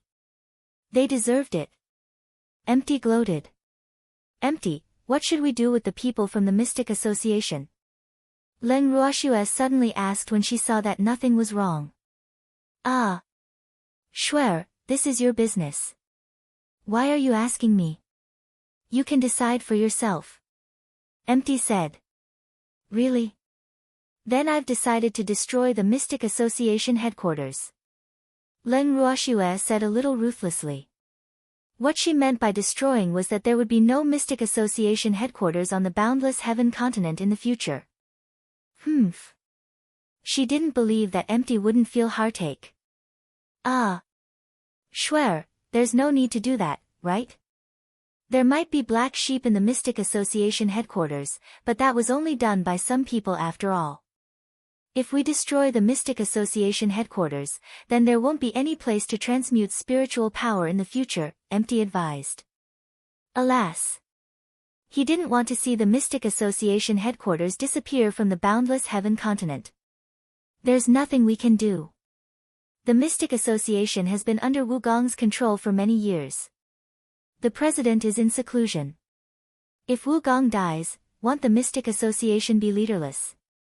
Len Ruoxue said helplessly. In fact, I think you can take over the Mystic Association headquarters, Empty suggested. He could be at ease if Shuer took over the Mystic Association headquarters. I don't want to. You know I'm most afraid of trouble. Len Ruoxue hurriedly refused. Humph. She had a headache even in Myriad Mountain City. She would definitely go crazy if she took over the Mystic Association headquarters. But I think you're the most suitable candidate, Empty said with a light smile. Aren't you thinking too much? Wugong isn't dead yet, and the Mystic Association is still under his control. The freak who had been listening to their conversation rolled his eyes and said speechlessly. This is called preparing for a rainy day. Len Ruoxue said with a light smile, her beautiful face full of calculations. Yes, the fate of the Mystic Association headquarters is destined. Therefore, we have to think about it first. After all, this concerns the numerous mystics on the boundless heaven continent. Empty echoed. The effects on the mystics would be inestimable without the Mystic Association headquarters. Therefore, he had to think of a way to minimize this effect. It's not too late to think about it after Wugong dies. If there's really no other way, let Lan Ming manage the Mystic Association headquarters for the time being. Don't forget that his master is the president of the Mystic Association headquarters, the freak reminded. Lan Ming. His strength is too low. I'm afraid it will be difficult to convince everyone. Empty frowned and said after some thought. Destroy everyone who isn't convinced. Let's see who still dares to say anything, the freak suggested. Ah. You're ruthless enough, but what you said makes sense. Empty said after some thought. Then let Lan Ming take over the mess in the Mystic Association after Wugong dies. Leng Ruoxue gloated. Hee, little Lan Lan would be troublesome in the future. She didn't care who took over as long as she didn't have to care. Poor little Lan Lan, your fate has been decided by the three of you irresponsible fellows just like that. Alas. Icy, which had been sleeping on the stone table, opened its ice blue eyes and said with slight sympathy. Little Icy, sleep on your own. Don't eavesdrop. Leng Ruoxue picked up Icy and covered its little ears with her hand. Little Snowy, I don't need to eavesdrop. I'm listening openly, Icy said nonchalantly. Then don't listen openly. Hurry up and sleep. Leng Ruoxue urged. Oh, right, little Snowy, you don't need my help to deal with Wugong. Icy asked, its beautiful ice blue eyes full of interest. Help? Wouldn't you help him if you wiped him out with a sneeze? Leng Ruoxue said after some thought. She didn't intend to let Wugong live. Where could she find him if Icy sneezed? Hee, I don't have to sneeze, Icy said with a naughty smile. Boo-hoo. Little Snowy wouldn't think that it only knew how to sneeze. It was looking down on it too much. Master, leave Wugong to me. The transmogrified Feng Zhan flew over and landed on Leng Ruoxue's shoulder. You're only a level 2 transcendent divine beast. Wugong is a mystic supremacy. Can you beat him? Icy said with slight disdain. Humph. Damn stinky bird, how dare you snatch food from its mouth. It seemed like it had beaten too little. It had to teach this bird a lesson when it had time. TCH, I might only be a level 2 transcendent divine beast and might not be as strong as that long-legged Wugong, but I have many subordinates. I don't believe that we can't burn that Wugong to death with every bird and flame. Feng Zhan said confidently. Humph. Those stinky dragons wouldn't dare to provoke them if they attacked in groups. Icy's forehead was full of black lines. Boo-hoo. It was not a match for these stinky birds in a group battle. Alas. It was good to have many beasts. Poor lonely person. Schwer, I realize that your beasts are even more ruthless. 2 drops of cold sweat dripped down Boundless' forehead. Alas. Not to mention Wugong, even he couldn't stand the southern spirit flame of the Fire Phoenix clan. And each bird had a mouthful of southern spirit flame. Then Wugong probably wouldn't even have ashes left. He felt some pity for Wugong now. Hee, of course. Their masters are too weak. Leng Ruoxue's beautiful face was full of pride. Your strength is low.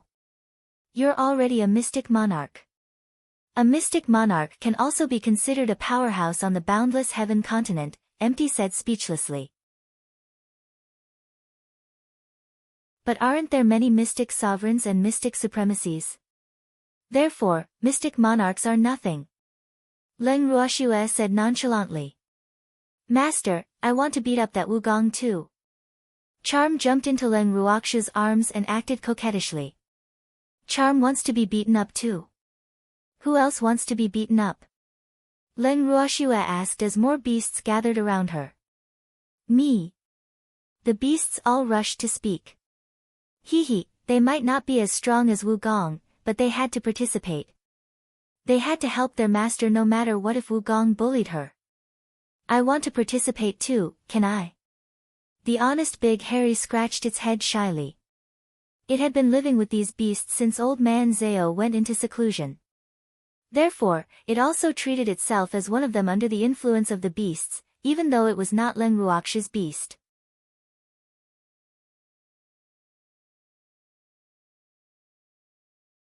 Chapter 552, A Good Thing Falling from the Sky, 2, I want to too, the little peacock said.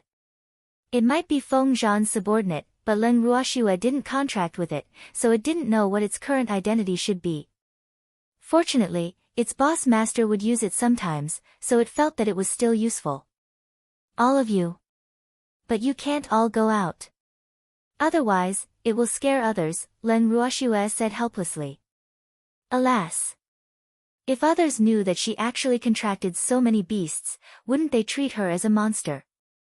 Beloved master, let your darling train. Darling's beautiful silver eyes looked at Leng Ruoxue with watery eyes and pleaded. Master, you can't abandon Dazzle. The little black fox jumped into Leng Ruoxue's arms and rubbed against her non-stop while acting coquettishly. Master. Ling didn't say anything and just looked at Leng Ruoxue with its bright black eyes without blinking. Its eyes seemed to say, Master, bring me along. Leng Ruoxue was helpless. Alas! This was the difficulty of having too many beasts. Both the palms and the backs of the hands were meat, bringing anyone or not would make things difficult for her. And if a beast was sad because of this, she would not feel good either. She was conflicted. Ha, Shuer, it's really not easy to see your conflicted expression. Empty said with a smile. The Leng Ruoxue in his eyes had always been confident, but now she revealed such a conflicted expression. This was really too rare. Stop gloating. Hurry, think of a way for me. Leng Ruoxue's beautiful eyes glared fiercely at Empty, her beautiful face full of displeasure. That's simple. Ask Ling to cast an invisibility spell on them as long as they don't show themselves, Empty said with a light smile. Ling, can you do it? Leng Ruoxue asked worriedly. She was afraid that Ling's body would not be able to withstand using an invisibility spell on so many beasts. There should be no problem as long as Master's pills replenish its mystic energy, Ling said after some thought. Well, this was also a huge test for it. Ling, just do what you can. Don't show off if you really don't have a choice. Leng Ruoxue reminded. Okay. Ling nodded in response. All right, it's settled for the time being. Everyone, go back and rest. Leng Ruoxue said. Then she pulled the freak back to the purple bamboo hut. The next day, Leng Ruoxue brought the freak out of the bracelet and returned to their room in the inn. Someone knocked on the door. The freak opened the door and saw the old man standing at the door. He frowned and said, Elder Lien, what's the matter? It's like this. We've already discussed a strategy to meet with Miss Leng. Elder Lien braced himself. This man didn't seem to be too friendly to him. Alas. He was definitely ranked at the top among the elders of the Alchemist Association. Moreover, his words were very weighty, but it was completely ineffective against Leng Ruoxue. This couldn't help making him feel helpless. There's no need. It's good that you've thought about it. Moreover, didn't Shuer already get someone to help you? The freak blocked the way directly. He didn't have a good impression of these old men. These old men actually dared to plot against Shuer. They really didn't know how to write the word death. All right then. Elder Lien had no choice but to turn around and leave with a wry smile. The freak closed the door with a bang when he saw Elder Lien leave, and then he returned to the inner room. Freak, who is it? Leng Ruoxue asked curiously. However, she was more surprised that the freak didn't let that person enter the house. It's Elder Lien from the Alchemist Association, but he was sent away by me, the freak explained lightly. Oh, what's the matter with him? Leng Ruoxue asked. It's okay. He said that they had already discussed a countermeasure and wanted to meet you. I said that there was no need. Let them decide for themselves. Then he left, the freak said innocently. Oh. Leng Ruoxue nodded with a light smile, not planning to expose him. Shuer, where are we going later? The freak asked curiously. He didn't know what Shuer would do since he woke up so early today. Freak, let's take a walk around Carefree City. Leng Ruoxue suggested after some thought. They had been staying in the inn most of the time since they came to Carefree City for a few days, and they hadn't had a good tour the last time. Okay. The freak didn't care what he was doing as long as he could be with Shuer. After speaking, Leng Ruoxue and the freak exited the room and arrived on the streets of Carefree City. At this moment, there were not many pedestrians on the streets of Carefree City because too many things had happened recently. Moreover, many people didn't dare to wander the streets at all. It was said that the vice president of the Mystic Association, Wu Gong, had gone crazy.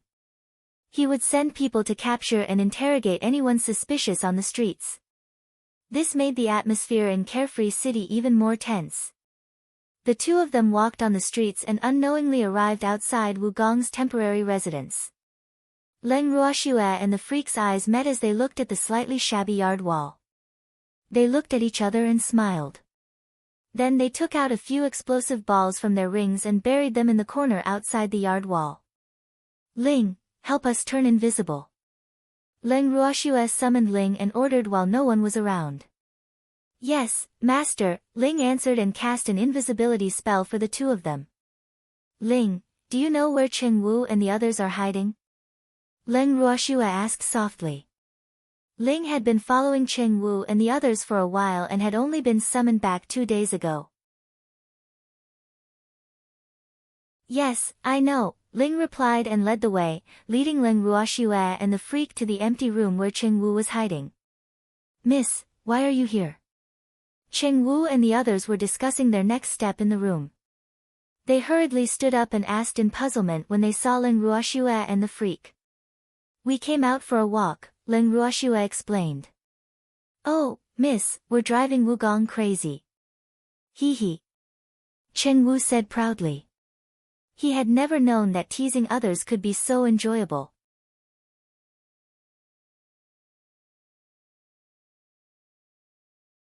Chapter 553, A Good Thing Falling from the Sky, 3, Be Careful.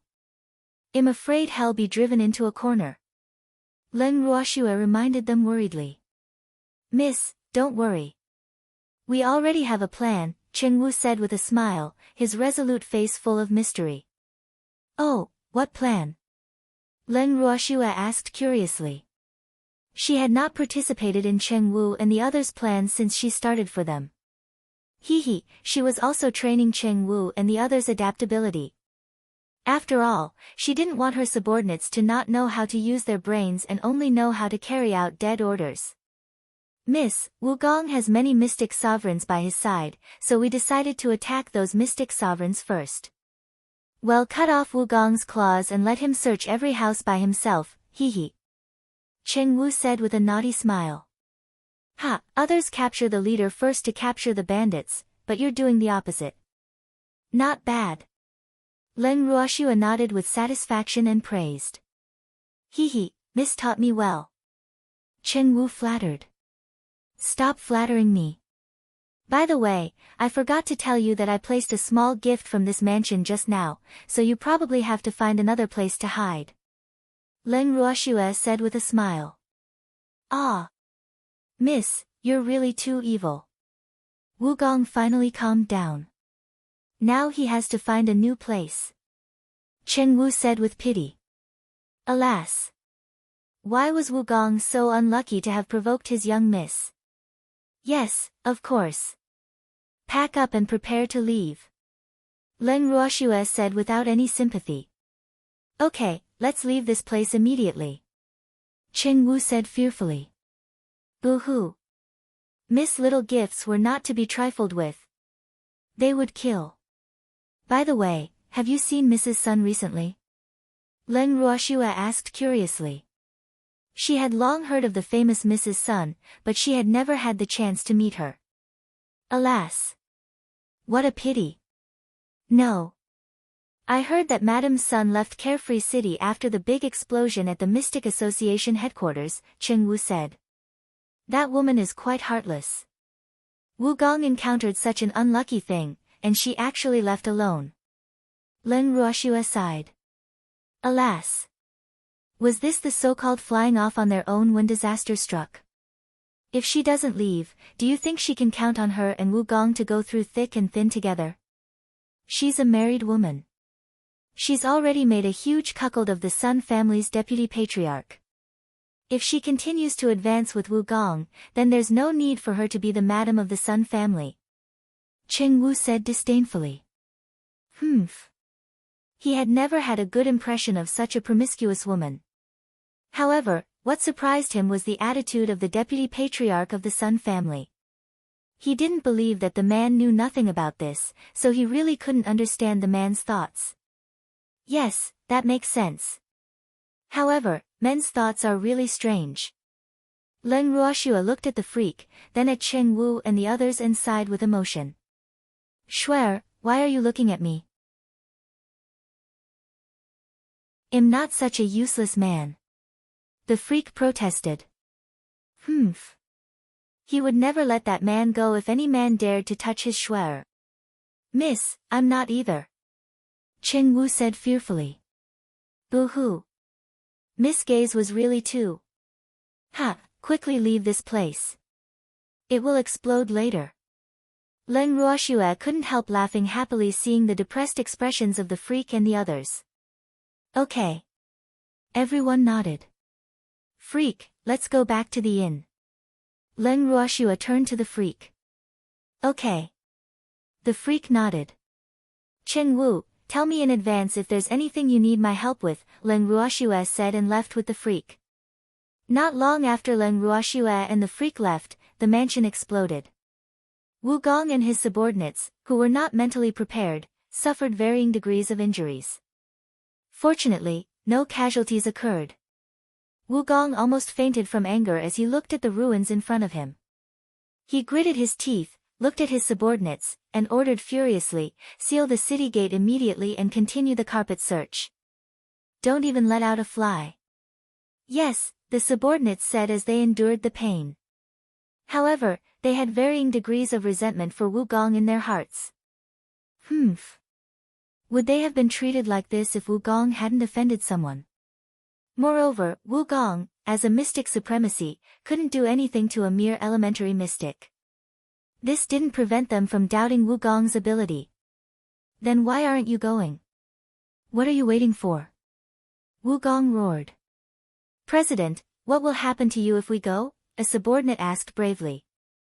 Now that they were all injured and didn't have a place to stay, he felt that they should find a place to stay first and search for Leng Ruoxue and the others. Don't worry about me. Hurry up and find someone for me, Wu Gong roared. Yes. The subordinates had no choice but to bite the bullet and search. In the corner, Cheng Wu and the others were hiding in the dark, watching Wu Gong and the others.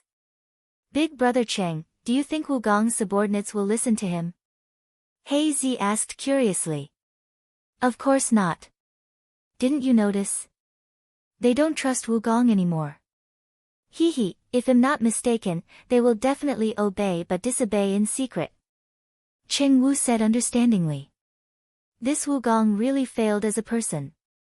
Alas. If he was half as good as his young miss, he probably wouldn't have been deserted. Obviously, Wu Gong was not far away. Big brother Cheng, should we watch Wu Gong or his subordinates? Song Di couldn't help asking. Go deal with his subordinates. I'll watch over Wu Gong. Cheng Wu said after some thought. Okay, be careful. Song Di nodded. Then he led his men and quietly followed Wu Gong's group. Leng Ruoxue and the freak went directly to the living room after returning to the carefree pavilion. Lan Ming, Zheng En, and the little old man were sitting in the living room chatting. After seeing Leng Ruoxue and the freak, the little old man asked curiously, Lass, where did you go? I went out for a walk, Leng Ruoxue replied. Then she found a chair with the freak and sat down.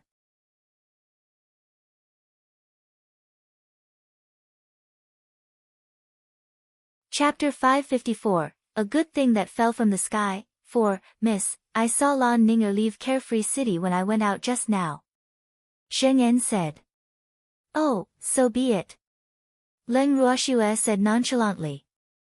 She wanted to kill Lan Ninger, but she couldn't say this in front of Lan Ming. After all, Lan Ninger was a member of the Lan family no matter how bad she was. Little Snowy, I think Lan Ninger won't dare to return to the Lan family anymore, Lan Ming guessed. That might not be the case. Don't underestimate Lan Ninger's thick skin. Leng Ruoxue said in realization. But with what she did, she won't have a good life even if she returns to the Lan family, Lan Ming said understandingly. Super families like the Lan family were very prideful, so Lan Ninger would not have any status in the Lan family anymore. Little Lan Lan, I don't care how your Lan family will treat her. I just hope she doesn't provoke me. Otherwise, I won't let her go again. Leng Ruoxue warned. Humph. She could let Lan Ninger go this time on account of the Lan family. However, if Lan Ninger didn't repent, then don't blame her for being rude. Little Snowy, if you want to get rid of her, you better do it secretly. Otherwise, some old fellows from the Lan family will definitely not ignore it, Lan Ming reminded. Yes, I will. Leng Ruoxue nodded very seriously. Hee, little Snowy, what's the next step? Lan Ming asked very curiously. I don't know. I don't have any plans. Leng Ruoxue shrugged innocently. Little Snowy, don't be like this. Tell me. Lan Ming pleaded with a bitter face. Really not. I've handed everything to Cheng Wu and the others to handle now.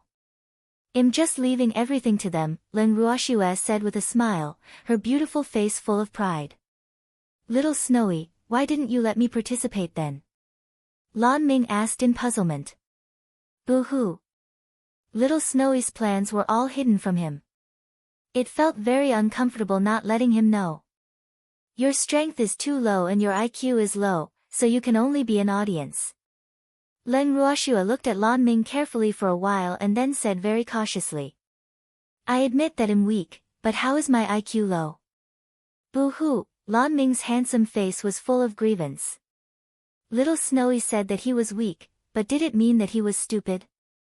He was so depressed. Weak in every way.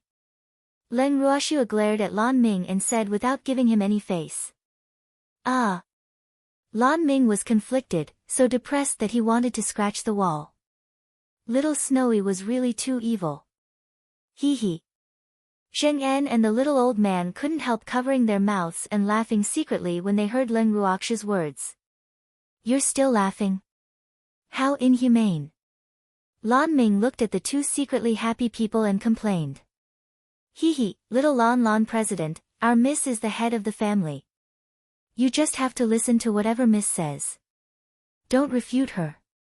Otherwise, you will be the unlucky one. Zheng En reminded very kindly. Boo-hoo. I know you all belong to the same country and only know how to bully me. Lan Ming felt wronged, very wronged. Alright, stop pretending. Little Lan Lan, prepare to take over the Mystic Association headquarters. Leng Ruoxue's words were like a bomb, blasting Lan Ming's mind into a blank. After speaking, Leng Ruoxue dragged the freak out of the living room very irresponsibly. After a long while, Lan Ming's consciousness slowly recovered. He looked at Zheng En and the little old man in the living room and couldn't help asking, what did little Snowy say just now? Miss said to prepare you to take over the Mystic Association headquarters. Zheng En said. He approved of Miss' words very much now. Lan Ming's intelligence was indeed a little weak. Moreover, his tolerance was very low. Why? I'm just a mystic monarch. I can't, Lan Ming said reluctantly with a bitter face. If Miss says you can, then you can. Don't refute. Otherwise, Miss will be angry. And once Miss is angry, you will be in trouble. Zheng En threatened.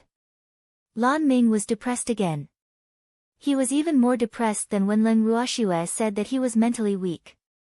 Boo-hoo. He could reluctantly accept being the president of the branch. However, he was not mentally prepared now if he were to manage the headquarters. Moreover, he did not think that the elders in the headquarters would submit to him. After all, where was his strength?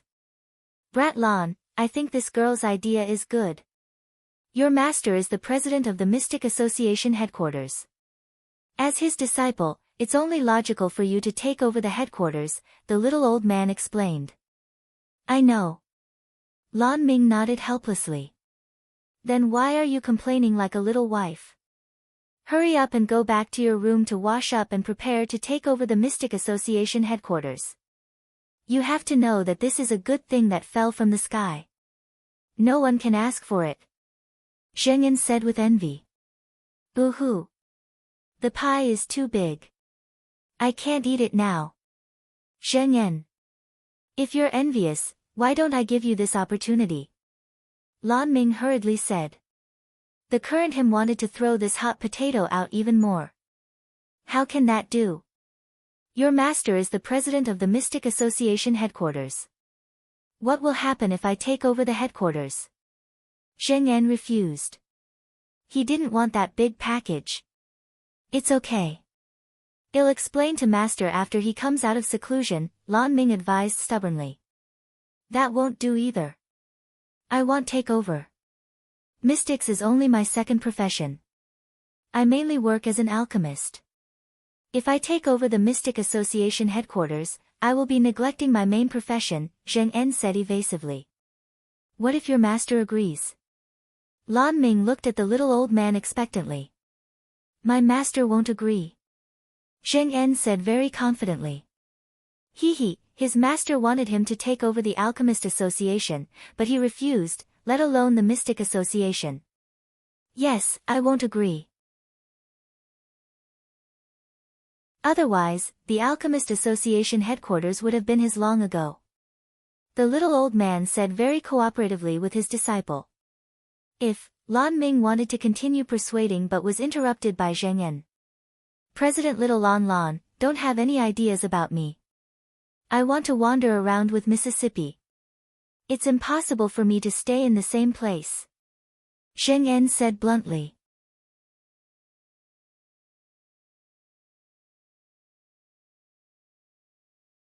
Chapter 555, A Good Thing That Fell from the Sky. 5, You're still leaving? Lan Ming asked with some displeasure in his heart. Boo-hoo. Was he going to be abandoned again? These baddies. Of course. Miss said that we will go for training after the incident in Carefree City, Zheng Yan said. Miss and the others wanted to improve their strength as soon as possible, and training was the best way to improve their strength. What about Myriad Mountain City? Lan Ming couldn't help asking. Aren't there Cheng Wu and the others? Myriad Mountain City will depend on them in the future, Zheng Yan explained. His feelings for Miss had already risen to a new height since Cheng Wu and the others told him about Myriad Mountain City. Zheng Yan, do you really intend to go for training after settling the matter here? Lan Ming confirmed with a long face. Of course. President Little Lan, do you think him joking with you? Zheng Yan asked helplessly. Alas. Lan Ming didn't have to put on such a dead look when he heard that they were leaving. People who didn't know the truth would think that they had abandoned Lan Ming. No, I'm just not mentally prepared, Lan Ming said uncomfortably. A feeling of being abandoned slowly emerged in his heart. President Little Lan, Miss said that there is no such thing as a banquet that will never end, so don't be too sad. Be good. Zheng Yan coaxed patiently. Alas. I'm going back to my room first. Lan Ming sighed, then stood up and said lightly. He needed to be alone for a good time. Master, could he be suicidal? Zheng Yan couldn't help asking as he looked at Lan Ming's slightly lost back. Hard to say, the little old man gloated. Master, why do you seem so happy? Zheng Yan's forehead was full of black lines. Because I'm experienced and understand his feelings, so I'm very happy whenever I see someone struggling like I did back then, the little old man explained. Master, what's with your heart? Zheng Yan was speechless. Alas. He had always thought his master was a serious person. He only knew today that he was wrong. To gloat. The little old man said with a smile. Then he stood up and left the living room. Zheng Yan saw that he was alone in the huge living room, so he dusted his butt and left. The next day. In the living room. Leng Ruoxue sat in a chair and looked at the elders of the Alchemist Association, whose faces were full of smiles and excitement, and said lightly, Has everyone's matter been settled? Hee, thanks to Miss Leng's subordinate's help, the matter has been settled. Elder Lien said on behalf of the elders. He really didn't expect Leng Ruoxu's subordinates to be so efficient. This really surprised him. In that case, can you pay me? Leng Ruoxue reminded. This was what she was most concerned about. Of course, Miss Leng. This is 2/3 of the wealth accumulated by our alchemist association for thousands of years. Please take it. Elder Lien handed Leng Ruoxue a storage ring and said with a pained expression. Zheng Yan, check carefully. This will be our living expenses in the future. Leng Ruoxue took the ring and handed it to Zheng Yan. Okay, Mississippi. Zheng Yan took the ring with a smile on his face. Hee, it felt so good to see the pained expressions on the elders' faces. Check carefully. By the way, did you include the money for your rooms and meals these few days? Leng Ruoxue turned her beautiful eyes to the elders and asked after instructing. This is our money for the next few days. The corner of Elder Lien's mouth twitched. Then he took out a storage ring and said speechlessly, boo-hoo.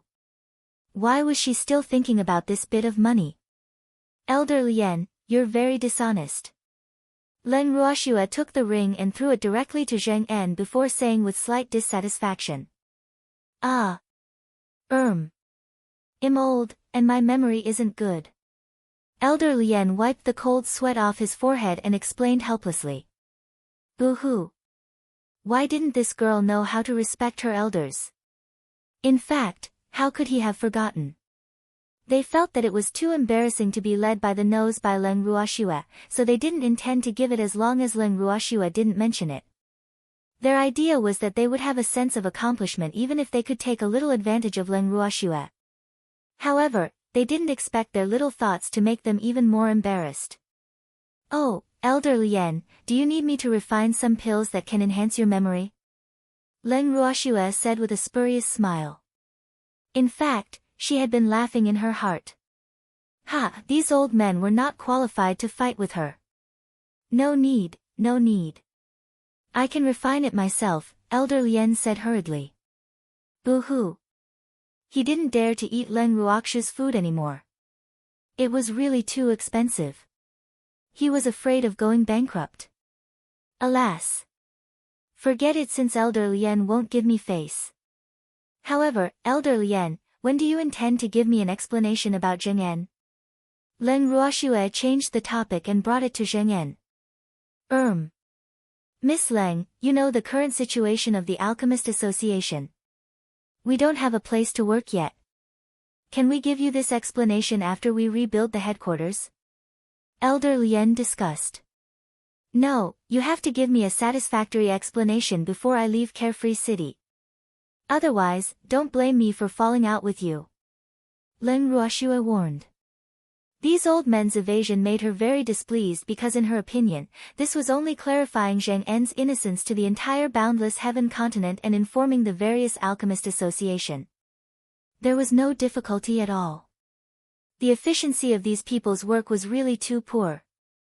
All right then.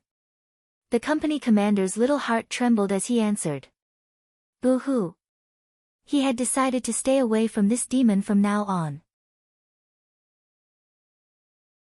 Elders, is there anything else? Leng Ruoxue asked with a light smile. 2 words were written on her beautiful face, send the guests out. We're fine. Well, take our leave first. The company commander said. He had never seen Leng Ruoxue treat guests like this in his life. She actually chased them away without even letting them sit, let alone taking a sip of water. Boo-hoo. What kind of people were these?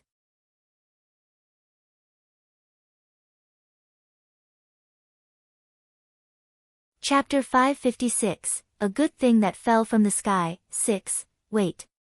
Leng Ruoxue suddenly called out to them before the elders of the Alchemist Association were about to leave the living room.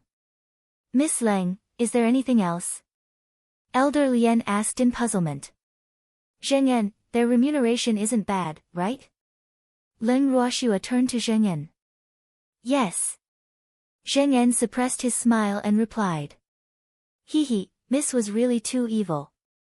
However, he knew that the reason Miss did this was to vent for him. Oh, that's good. Elder Lien, you can leave now. Leng Ruoxue seemed to be relieved when she heard Zheng En's words. Then she said to Elder Lien and the others whose faces were a little blue. Well, take our leave. Elder Lien suppressed his anger and left the living room with the elders. Lass. Aren't you afraid that they will bear a grudge if you do this? The little old man couldn't help asking with a smile after Elder Lien and the others left. Don't be afraid. If they dare to play any more tricks, I'll directly deal with them, Leng Ruoxue said without any emotion. Swear, don't worry. Those elders don't have the guts to plot against you anymore, Empty said with a light smile. Yes. Leng Ruoxue nodded in agreement. Miss. Leng Ruoxue and the others were chatting when Blackie ran in anxiously. What's the matter? What happened? Leng Ruoxue couldn't help asking when she saw Blackie's nervous expression. Miss, Big Brother Cheng and Wugong are fighting. And he's injured. He Zi shouted worriedly. Why did they start fighting? Isn't he invisible? Leng Ruoxue stood up and asked in puzzlement. I don't know how Wugong found him. We saw the two of them fighting when we returned after cleaning up Wugong's subordinates. Big Brother Song and the others have already gone to help and asked me to inform Miss, He Zi said while panting heavily. Let's go take a look. Leng Ruoxue looked at everyone in the hall. Okay. Everyone nodded and then left the living room with Leng Ruoxue. After Leng Ruoxue and the others arrived at the location of the fight, they saw several mystic sovereigns surrounding Wugong, who was cursing loudly. You cowardly turtles, do you dare to fight me one-on-one? Wugong roared. He was really angry. He had finally discovered the whereabouts of the people who were secretly causing trouble, but he didn't expect there to be so many people. Moreover, they were all mystic sovereigns. He might be a mystic supremacy, but he couldn't withstand the group attacks of so many mystic sovereigns. Why should we fight you one-on-one? You, a mighty mystic supremacy, actually want a mystic sovereign to fight you one-on-one. Aren't you embarrassed? If I were you, I would have bought a piece of tofu and committed suicide a long time ago. It would be embarrassing to live anyway. Song Di shouted rudely. The other mystic sovereigns let out low mocking laughter as soon as Song Di finished speaking. Everyone looked at Wugong with contempt. Are you all so capable of surrounding me? Wugong was so angry that he was about to vomit blood. He kept complaining in his heart. Where did those damn subordinates go? Why didn't they scram back quickly? At this moment, he didn't know that his subordinates had already seen the gods. We're weak, so what can we do? Song Di said nonchalantly. He agreed with Miss very much now. As long as they could win, the process was not important. Wugong was so angry that he couldn't speak. Suddenly, he glanced at Leng Ruoxue and the others, who were walking over. He couldn't help but say angrily, Du Min, it's really related to you. Yes, it has to do with me. Can't I? The little old man asked with a chuckle, his face full of schadenfreude. How dare you repay kindness with ingratitude by staying in the territory of our carefree city? I've decided. I'll expel you on behalf of the Mystic Association. Wugong glared fiercely at the little old man and roared. Are you sure you have the right? The little old man asked mockingly. Of course. I'm the vice president of the Mystic Association. I call the shots in the Mystic Association, Wugong said confidently. You also know that you're the deputy? Then do you still remember that you have a president above you? The little old man reminded coldly. The president has been in seclusion for many years. Who knows if something happened? I'm the eldest in the Mystic Association now. Wugong emphasized. Nonsense, you're the one who had an accident. Lan Ming couldn't help cursing when he heard Wugong curse his master. Who are you, ugly freak? Wugong glared and questioned. Damn it, how dare you scold me? I won't let this ugly man go. Lan Ming. Lan Ming gave his name directly. Then his lips curled into an intriguing smile as he looked at Wugong. Lan Ming. Impossible. How can Lan Ming be as ugly as you? Wugong said in disbelief. Humph. It wasn't like he hadn't seen Lan Ming before. How dare he lie to him? Believe it or not, Lan Ming said nonchalantly. Then he turned his head and ignored Wugong. Wugong, how did you find them? Leng Ruoxue asked curiously after taking a pill for the injured Qing Wu. Ha, do you want to know? I won't tell you.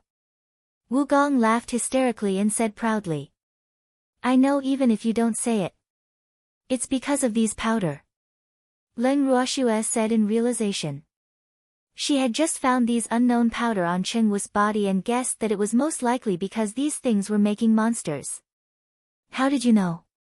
Wugong asked in surprise, his face full of disbelief. He thought no one would recognize the powder, but it was discovered by this woman so quickly. I'm not telling you either, Leng Ruoxue said angrily.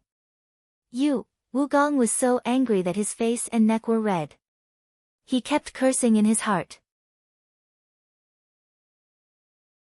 How can there be such a despicable woman? What about me? Wugong, today is your death date. Enjoy the last moment of your life. Leng Ruoxue said with a smile.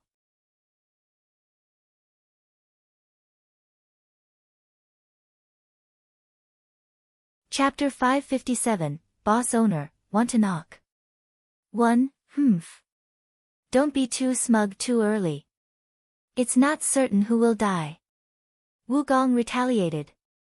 Is that so? Then be smug to your heart's content.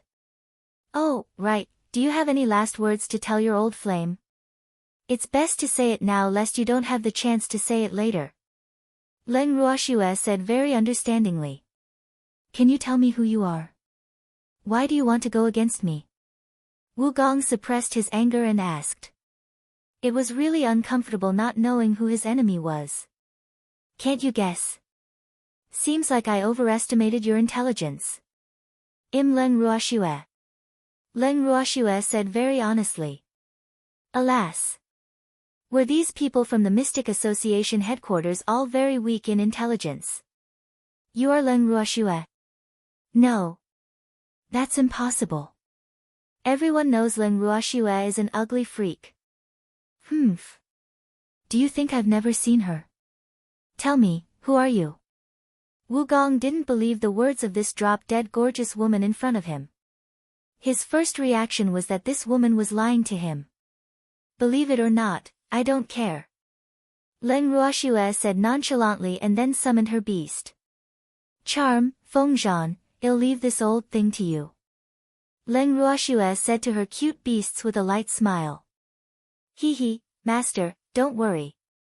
Well, definitely let him have an unforgettable memory, Fengzhan promised with a naughty smile. Okay, Song Di, you can leave. Leng Ruoxue nodded with satisfaction and then said to Song Di and the others. Yes.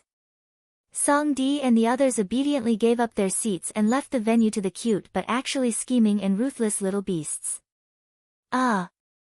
They knew that they couldn't just look at the appearance of beasts since they knew their Mississippi. Do you think these little beasts can deal with me? I'm a mystic supremacy. Wugong couldn't help laughing when he saw the dozens of small and cute beasts surrounding him. He could kick these little things away with a kick. How could they be his match? Hey, didn't anyone teach you not to underestimate your enemy? Charm reminded very elegantly, killing intent flashing in its purple eyes. Underestimate your enemy? I can kick your little things away with a single kick. How can you be worthy of being my enemies? Wugong said with contempt. You want to kick us away with a single kick? How big must your foot be? Wugong, if you can't kick us away, every beast of ours will trample you into meat paste.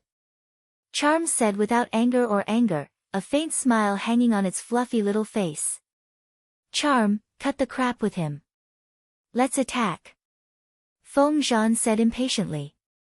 What's the rush? Didn't I already attack? We can save trouble if we can destroy him with words. Charm said with a light smile. Hee, it was an intelligent beast. Fighting was too barbaric. It had to use more brains in the future. Ah. That makes sense. Let's anger him to death. Feng Zhan nodded in agreement. Infuriating. This is Darling's specialty. Darling said proudly. What are you so smug about? What's the point of living if you don't know how to anger people these days? Dazzle said very disdainfully. I don't know how to anger people. I just anger people to death directly, Ling said in distress, her tangled little face almost frowning. Get lost, the beasts roared in unison. Master, they were fierce to me. Tears welled up in Ling's eyes as she crawled into Len Ruoxu's arms to seek comfort. Ah. Don't be scared. Len Ruoxu comforted with 2 drops of cold sweat on her forehead. Alas. Why were her beasts so cute?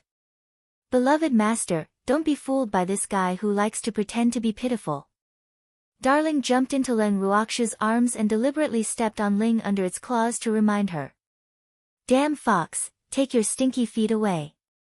It stinks. Ling couldn't help shouting. You damn snake, your feet are the stinky one. Darling roared furiously when it heard what Ling said. Could it be your butt? How long has it been since you washed it? Ling was stunned and couldn't help asking. You damn snake, don't frame me. I shower every day. Darling roared, so angry that the fur on its body stood up. Why are you still so dark if you shower every day? Ling pretended to be puzzled. Are you colorblind? I'm a purple fox, but that fellow is black. Darling pointed at Dazzle with its little paw. Oh, you haven't showered for too long. You can't shower anymore. Ling said. Do you still want to deal with Wugong? Len Ruoxua asked with a headache as she listened to the conversation between the 2 beasts. Yes. Darling and Ling said hurriedly in unison and ran back to the battlefield. Hey, you dirty and stinky Wugong. I want to destroy you on behalf of Master. Ling roared with a thunderous aura. Hee, little Wugong, I want to chop off your calves one by one so that you can't climb anymore. Darling said with a naughty smile. Darling, didn't you help him?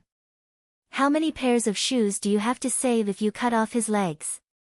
Confound said with disapproval, his cold eyes looking at Wugong non-stop. That's true. Then he'll keep his legs and chop off his claws, Darling said after some thought. Darling, is there a difference between Wugong's claws and legs? Feng Zhan asked doubtfully. Hee, I don't think so. Darling said with a chuckle, its expression very wretched. Damn it, are you done talking? Wugong felt blood rush to his head as he listened to the little beast's discussions. He couldn't control the anger in his body. Wait. Let's discuss whether to chop off your claws or legs. Darling said calmly. Damn it, you're dead meat. Wugong roared in anger. Wait? Could he wait? He would really be angered to death by these seemingly cute but actually vicious little beasts. Ah! Wugong is going to kill the beasts. Everyone, run! Darling suddenly shouted. Then the beasts cooperated and began to run around Wugong. Wugong was dizzy from them in a moment.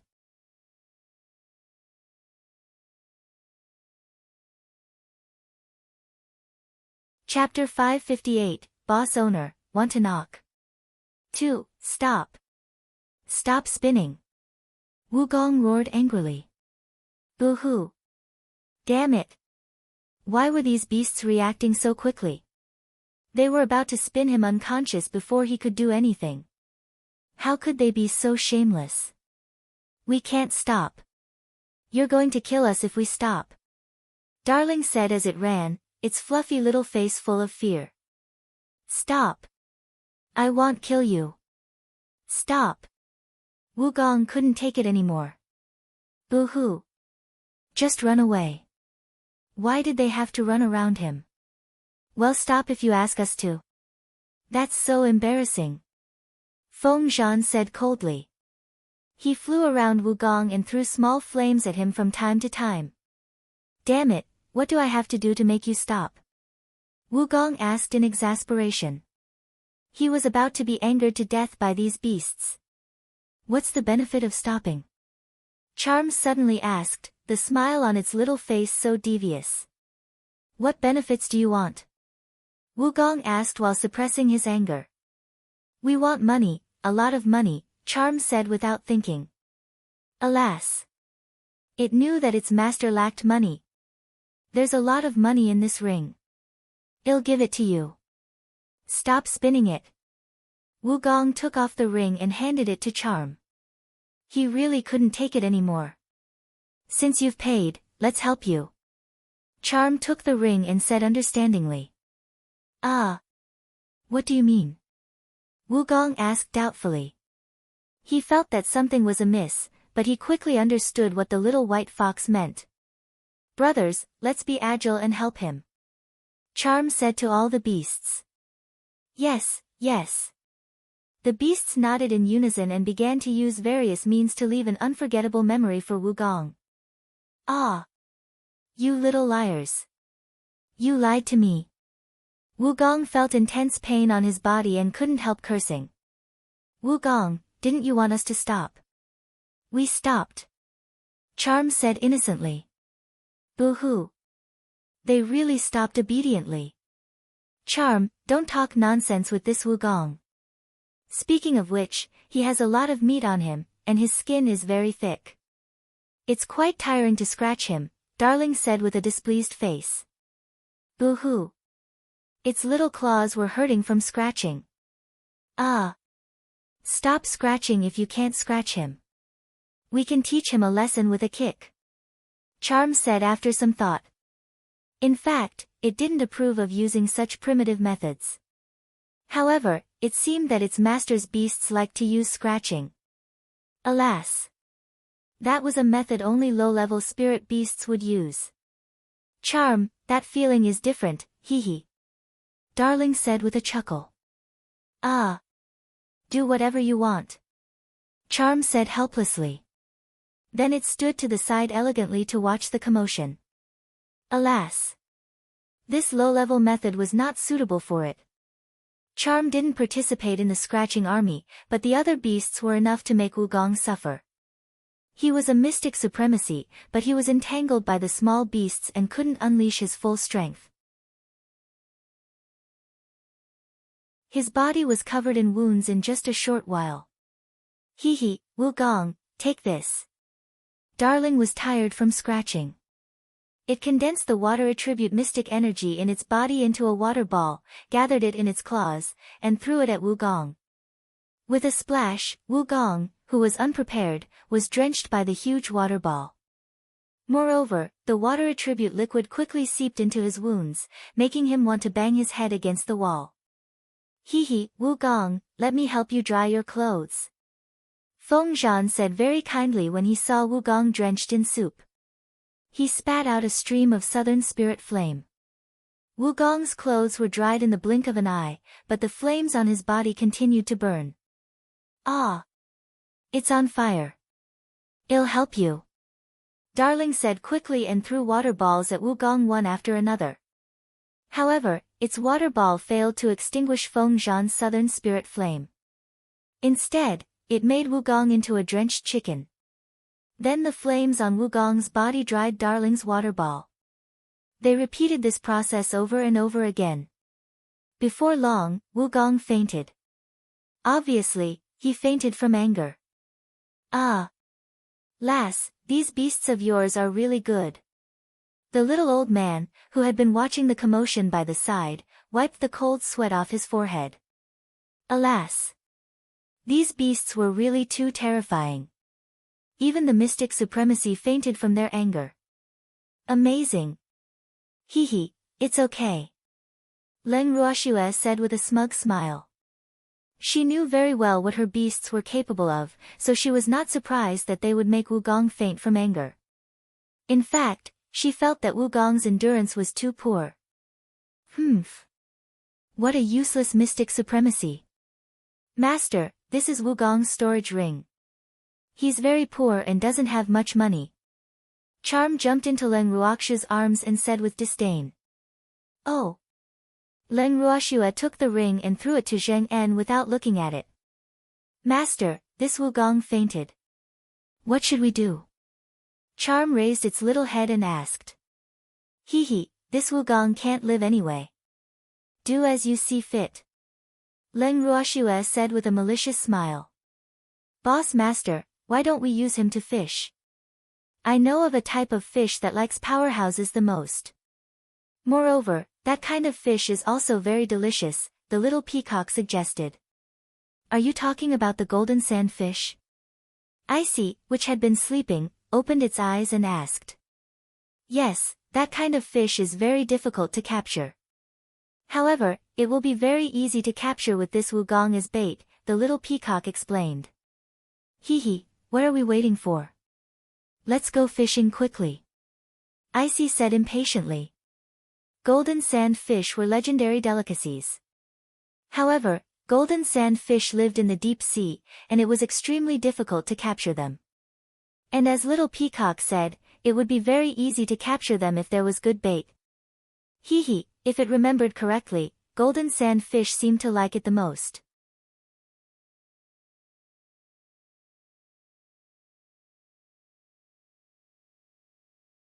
Chapter 559, Boss Owner, Want to Knock. 3. You want to use the mystic supremacy as bait? Leng Ruoxue asked speechlessly. Poor Wugong.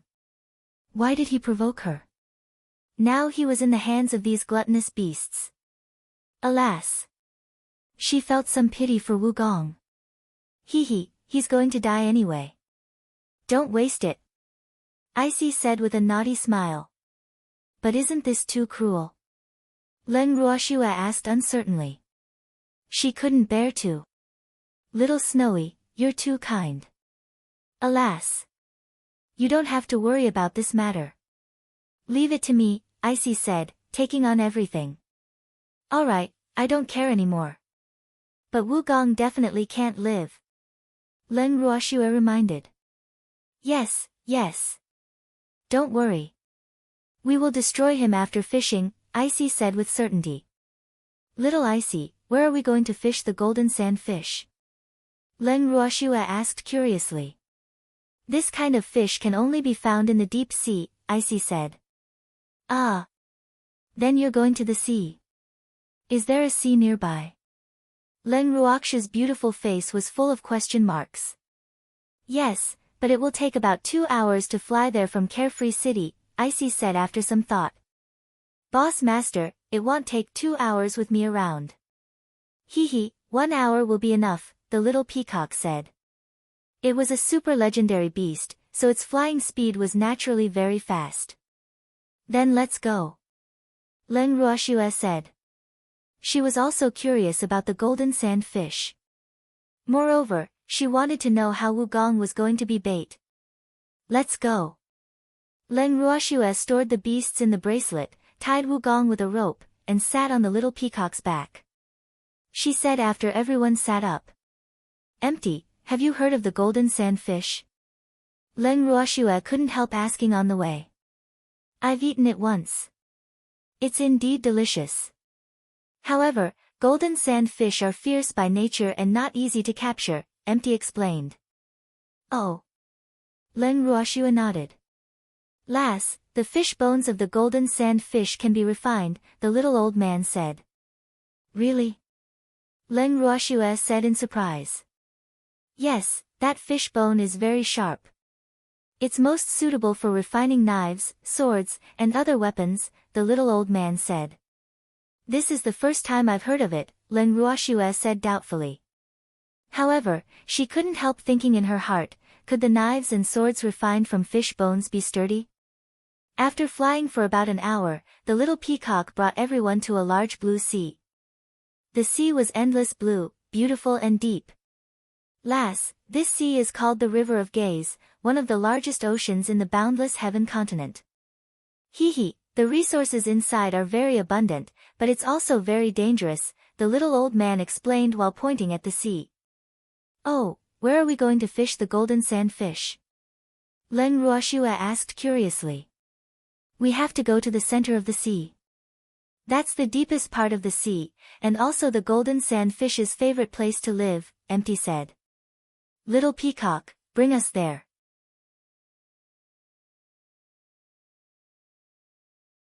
Len Ruoshua ordered. Okay, master.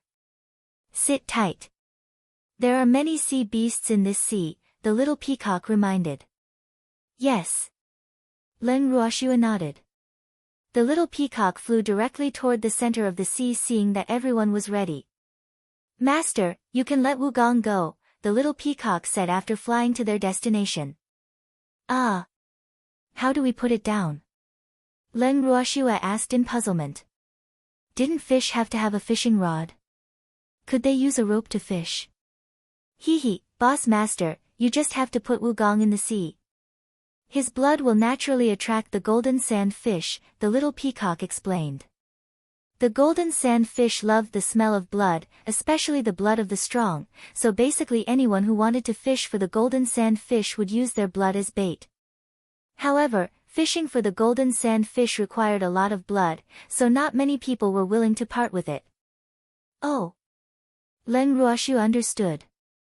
Miss, let me do this kind of strength work. Cheng Wu, who had recovered from the pill, said.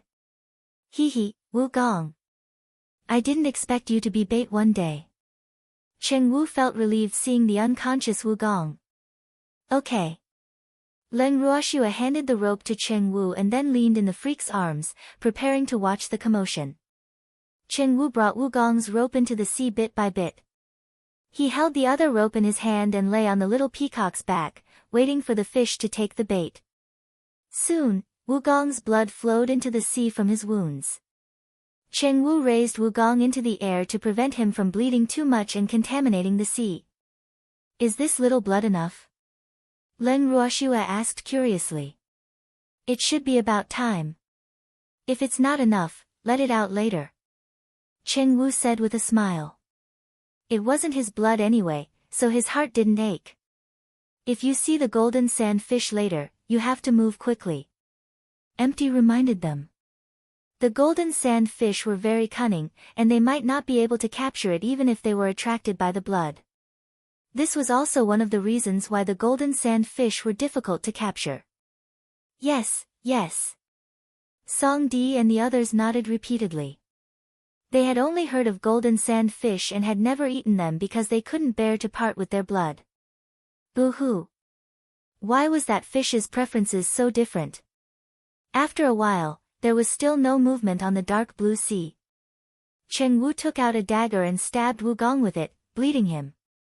That bit of blood isn't enough, Icy said calmly with its eyes narrowed.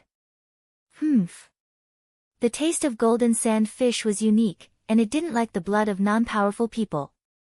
Moreover, it had to be a human powerhouse. Therefore, very few people were willing to use their blood to fish for the golden sand fish because it was very likely that they would die from excessive blood loss before they could fish. Ah. Not enough. Cheng Wu stabbed Wugong a few more times, waking him up from the pain. Where are we? What are you doing? Wugong looked at his surroundings and asked fearfully.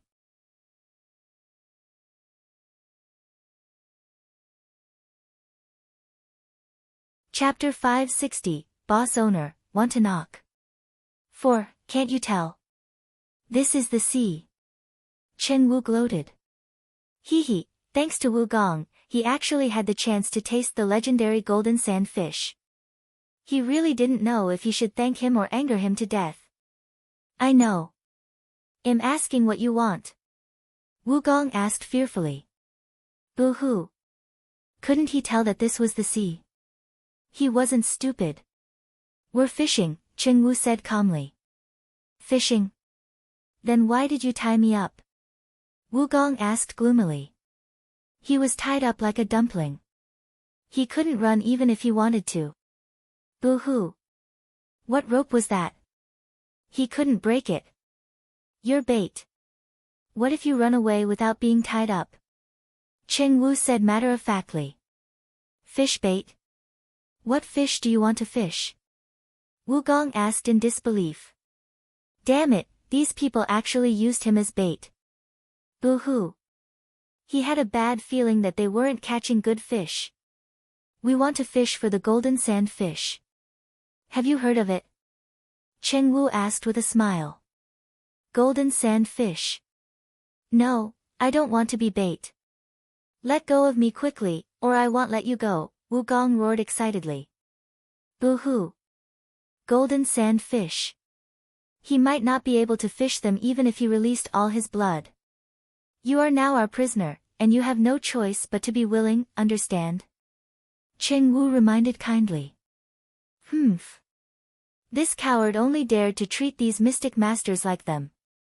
He actually didn't even have the strength to fight back against those beasts that called themselves Mississippi Mystic Supremacies.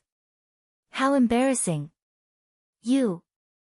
I'm the vice president of the Mystic Association headquarters. You actually dare to treat me like this. Do you still want to survive on the boundless heaven continent? How ridiculous. Wu Gong threatened without blinking. Ha, little Wu Gong. Do you really think you're still the vice president of the High and Mighty Mystic Association? You're just our captive now, Song Di said with a face full of mockery. He's too noisy. Len Ruoxua narrowed her beautiful eyes with slight displeasure. Hee, my young miss said you're too noisy. Stay in the water. Cheng Wu threw Wu Gong into the sea after speaking. You. I won't let you go. Hurry up and pull me up.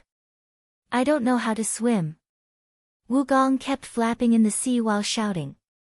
Little Wu Gong, be good and learn how to swim in the sea yourself. We'll pull you up when we catch the golden sand fish. Cheng Wu promised. I don't want to. I don't want to. Wu Gong cried out in a sorry state, his voice becoming lower and lower. Cheng Wu, is he dead? Len Ruoxua couldn't help asking curiously when she saw that Wu Gong was silent. Miss, a mystic supremacy won't die so easily. He's pretending to be dead. Cheng Wu said in realization. Oh, empty, why hasn't the golden sand fish taken the bait yet? Is Wu Gong's blood too stinky? Don't those fish like it? Len Ruoxua guessed. She despised Wu Gong in her heart. Humph. Why did he do so many bad things for no reason? He stinked the blood and didn't even bite the fish. Swear, you have to be patient when fishing. The golden sand fish won't be precious if it takes the bait so easily, Empty comforted helplessly. Oh, fishing isn't my thing. Take your time fishing. I'll sleep for a while, Len Ruoxua said impatiently. She closed her eyes directly after speaking. There's movement. Bring Wu Gong up quickly. Icy, which was pretending to sleep with its eyes closed, suddenly opened them. Okay. Cheng Wu hurriedly pulled the unconscious Wu Gong out of the sea when he heard Icy. After a while, the waves on the sea rolled, and huge black shadows quickly emerged from the sea. Hurry up and do it. Empty hurriedly sent a voice transmission after seeing the shadows of the fish. At the same time, he released threads of mystic power in his hand and stabbed into the bodies of the fish. In the blink of an eye, he brought the fish to the surface of the sea. Schwer, quickly gather the fish, Empty ordered. At the same time, his hands did not stop. The others also mimicked Empty and condensed their mystic energy into a line, piercing into the bodies of the fish, and fished the golden sand fish up easily. Okay. Len Ruoxua had long opened her beautiful eyes and looked at the scene on the sea. At the same time, with a thought, she stored the huge fish into the bracelet. Everyone worked together for nearly an hour, and the golden sand fish that were attracted were all in their pockets. Then everyone left this sea happily with the little peacock. The little peacock brought Len Ruoxua and the others to a remote mountain and descended. Master, Is this place okay? The little peacock asked. Okay. Leng Ruoxua nodded after looking around. These fish are really beautiful. Leng Ruoxua took out a few golden sand fish from the bracelet and praised. The golden sand fish were very huge, about 10 meters in length. Moreover, their entire body was golden, and even their eyes were golden. Ah! She really couldn't understand why these fish liked to stay in the deep sea. Wouldn't their golden appearance be easily discovered by enemies? Swear, these fish are very beautiful but also very fierce. Apart from the sea beasts, no creatures in the sea are their match. Moreover, they live in groups, so even sea beasts won't provoke them easily, she said calmly after seeing Leng Ruoxia's thoughts. Oh, what do you intend to do with this fish? Leng Ruoxua asked curiously. Ah. She didn't want to eat fish caught with Wugong's blood. Ha, of course we're eating. Swear, don't think too much. Golden sand fish are rare delicacies. Empty said with a smile. But I really don't want to eat fish caught by Wugong as bait. Leng Ruoxua said hesitantly. Lass, golden sand fish have to be fished with blood, so you really don't have to care too much who you use, the little old man comforted.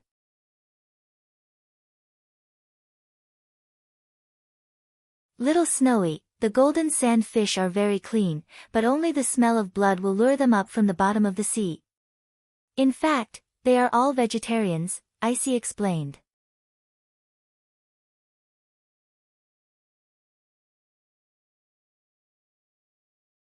Chapter 561, Boss Owner, Want to Knock. 5. Leng Ruoxua was speechless. Fish that were attracted by blood were actually vegetarians. Was this possible? Swear, the main food of the golden sand fish is sea grass, Empty said. Sea grass? Are there enough sea grass in the sea for them to eat? Leng Ruoxua asked in puzzlement. How much sea grass did they have to eat for a meal? Looking at the size of the golden sand fish? Ha, swear, it will definitely be enough. Empty said with a happy smile. Swear, we won't eat if you don't want to, the freak said. Humph, he didn't believe that this golden sand fish would be better than the fish in Swear's space. Okay, eat. Leng Ruoxua said after some thought. To be honest, she was not very interested in the golden sand fish. Moreover, she agreed to use Wugong as bait to prank him, hee. Miss, are you really not eating? I heard that this fish is very delicious. Chen Wu couldn't help asking. Yes, I'm not too interested in this fish. Eat. Leng Ruoxua said. Then she pulled the freak to sit beside Wugong and released her beasts. Master. Beloved master. The beasts immediately stuck to Leng Ruoxua as soon as they emerged. They acted coquettishly and rubbed against her. Swear, what are you thinking about? The freak asked curiously when he saw Swear staring at Wugong thoughtfully. Freak, what do you think we should do with this thing?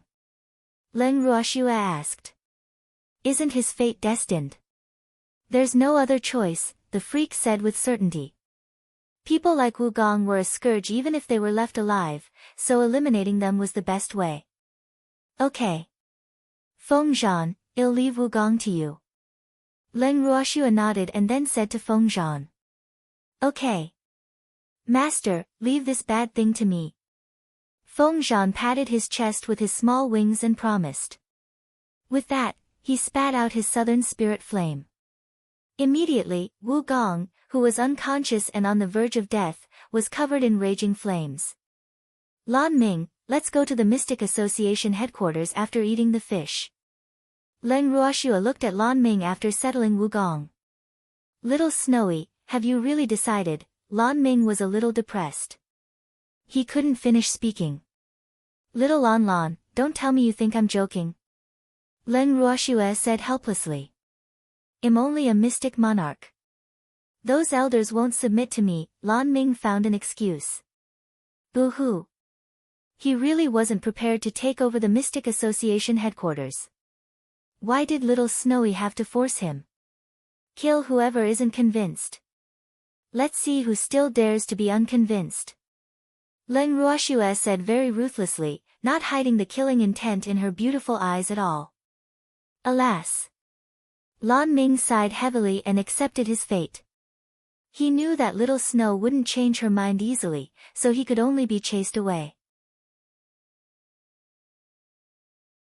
Boo-hoo! After Empty and the others finished eating the golden sand fish, Leng Ruoxue stored the beasts in the bracelet, and everyone set off together. The little peacock brought Leng Ruoxue and the others to the Mystic Association headquarters. The Mystic Association headquarters was still tattered, but it could barely accommodate people after these few days of repair. At this moment, the elders of the Mystic Association headquarters were stationed here.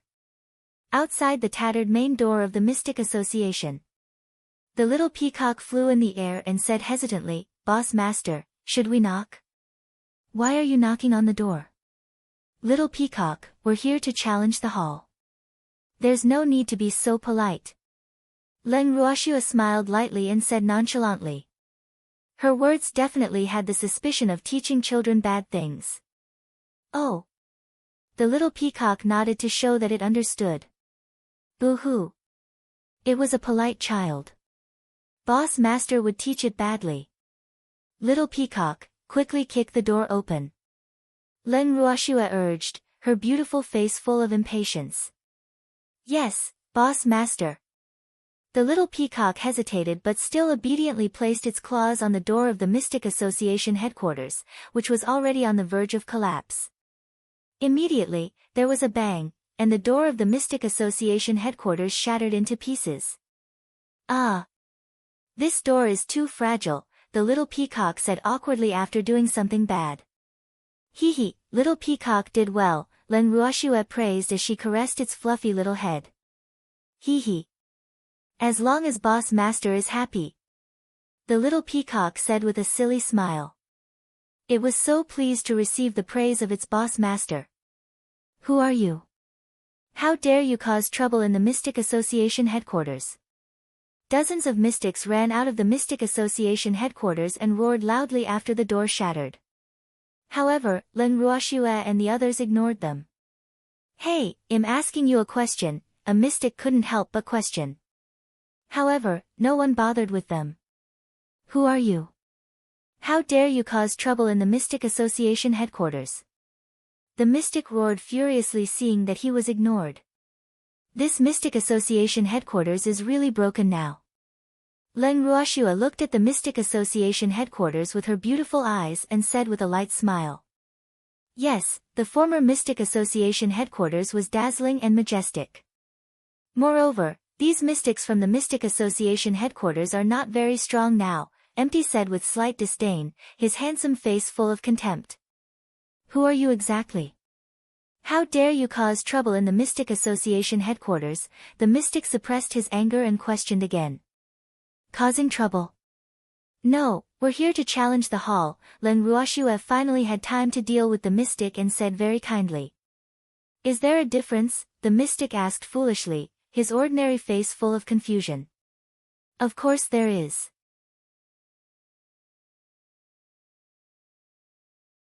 Causing trouble is very informal, but the kick house is very formal, meaning that we are here to officially cause trouble." Leng Ruoxue explained as if she was speaking a tongue twister. "Damn it, isn't it the same?" The mystic finally reacted and couldn't help shouting in anger, knowing that he had been fooled. "You're too unperturbed. No wonder you're only a great mystic. Alas! With your strength, you can only run errands in the Mystic Association headquarters." Leng Ruoxue said in realization, her beautiful face full of sympathy.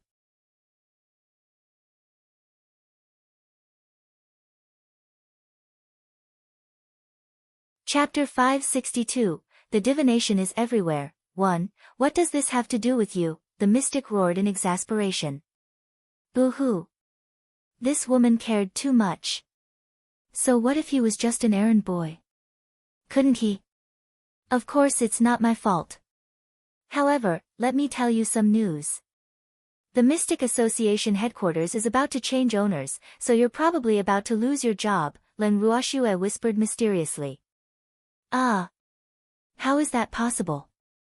Our Vice President Wu is a mystic supremacy, the mystic emphasized. He didn't believe Leng Ruoxue at all. Alas. Your Vice President Wu ran away with someone else. I won't care about you anymore. Leng Ruoxue sighed helplessly. Ran away? With who? Another mystic couldn't help asking. Is there a need to ask? Leng Ruoxue rolled her eyes and looked at the mystic like she was an idiot. Could it be with Madame Sun? The mystics guessed in whispers, completely ignoring Leng Ruoxue and the others. Leng Ruoxue was a little speechless seeing the mystics who were baring their fangs and brandishing their claws just now discussing Wugong's gossip. Alas! These mystics were really out of line. Moreover, their imagination was quite rich. Poor Wugong. He died and was wronged, Empty whispered with a light smile. I didn't wrong him. These people from the Mystic Association are too imaginative, Leng Ruoxue said innocently. Alas! She couldn't tell these people that Wugong was dead, right? That would be a huge blow to them. Yes, gossip is everywhere. Empty sighed and said helplessly. Alas! He also realized that mystics were becoming more and more foolish these days. Yes, hey. Are you done discussing? We're here to challenge the hall. Hurry up and tell us what you think. Don't count on Wugong. Leng Ruoxue waited for a while and couldn't help urging the mystics anxiously seeing that they were still talking non-stop. She still had to go back to sleep after settling the Mystic Association headquarters. Therefore, she didn't want to waste time. Ah. It's not convenient for the elders of the headquarters to see guests now. Come another day, the mystic said after some thought. Alas. He had to quickly inform the elders about Vice President Wu and the others running away. Moreover, these people seemed to have ill intentions, so he really didn't dare to provoke them. Uncomfortable to see guests. Why? Are there also times when those old men are inconvenient every month? Leng Ruoxue asked doubtfully. Ha, looks like it. The little old man laughed out loud without giving Leng Ruoxue any face when he heard this. The others couldn't help but chuckle softly. Of course not, the mystic quickly denied. Boo-hoo. This woman was too evil. She actually distorted his words. Wouldn't the elders skin him alive if they knew? What's so inconvenient about that? Anyway, we're here to challenge the school. Have you seen anyone who asks the challenger to come another day? Leng Ruoxue asked with a naughty smile. Ah. No, but, the mystic wanted to say something else but was interrupted by Leng Ruoxue. Go and notify them quickly since you don't have any. Of course, I have no objections if you choose to go and pass the message obediently after being beaten. Leng Ruoxue gave them two choices and let them choose one themselves. Wait a moment. Well, inform the elders now, the mystic said fearfully. Boo-hoo. He was only a small great mystic. Why were these people giving him so much pressure? Yes, good. Those who know the facts are the best. Go quickly. It'll only give you 5 minutes, Leng Ruoxue reminded understandingly. Hurry up and inform the elders that someone is coming to challenge the hall, the mystic ordered the people beside him. Boo-hoo. He didn't want to go in to bear the nameless anger of those elders. Their menopause had arrived. Yes, a mystic answered and left the door. May I know your names? The mystic asked with a forced smile. Leng Ruoxue. Leng Ruoxue gave her name bluntly and then looked at the mystic with a spurious smile. Ah. What about them? The mystic asked. In fact, he was a little surprised because he couldn't understand how this woman could be Leng Ruoxue. He had seen Leng Ruoxue when she participated in the Mystic Association headquarters competition, and she was not like this at all. However, he didn't dare to ask. You don't have to know about them, Leng Ruoxue said coldly and ignored the mystic. Ah. The mystic couldn't help wiping the cold sweat off his forehead, his heart racing. Did he really want to know? He was just afraid that he wouldn't be able to explain when the elders asked. Since Leng Ruoxue didn't say anything, the mystics from the Mystic Association naturally didn't dare to speak either. The atmosphere immediately fell to an icy cold point. Elders, please enter. A moment later, the mystic who went to pass on the message returned and broke the slightly depressed atmosphere. Let's go in.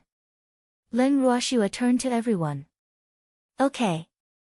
Everyone nodded and then walked into the Mystic Association headquarters with Leng Ruoxue. A mystic led the way and led Leng Ruoxue and the others to a side hall of the Mystic Association headquarters. This was now the headquarters' temporary office. After Leng Ruoxue and the others walked into the side hall, they found more than a dozen elders sitting in the hall. Each of the elders released their auras in an attempt to take them down a notch. Hee, is this how the elders treat their guests? Leng Ruoxue said coldly with a light smile. Upon seeing the provocation of the elders of the Mystic Association, Cheng Wu and the others naturally released their mystic energy, unwilling to be outdone. For a time, the two sides began to compete quietly. Leng Ruoxue, the freak, empty, and the little old man each found a seat and sat down calmly. The competition between experts was usually only for an instant, so soon, the elders of the Mystic Association headquarters were unable to withstand the might of Cheng Wu and the others. Although they were also mystic sovereigns, how could the auras of these elders, who lived like princes and princesses all day, compare to Cheng Wu and the others who were in life and death tests almost every day?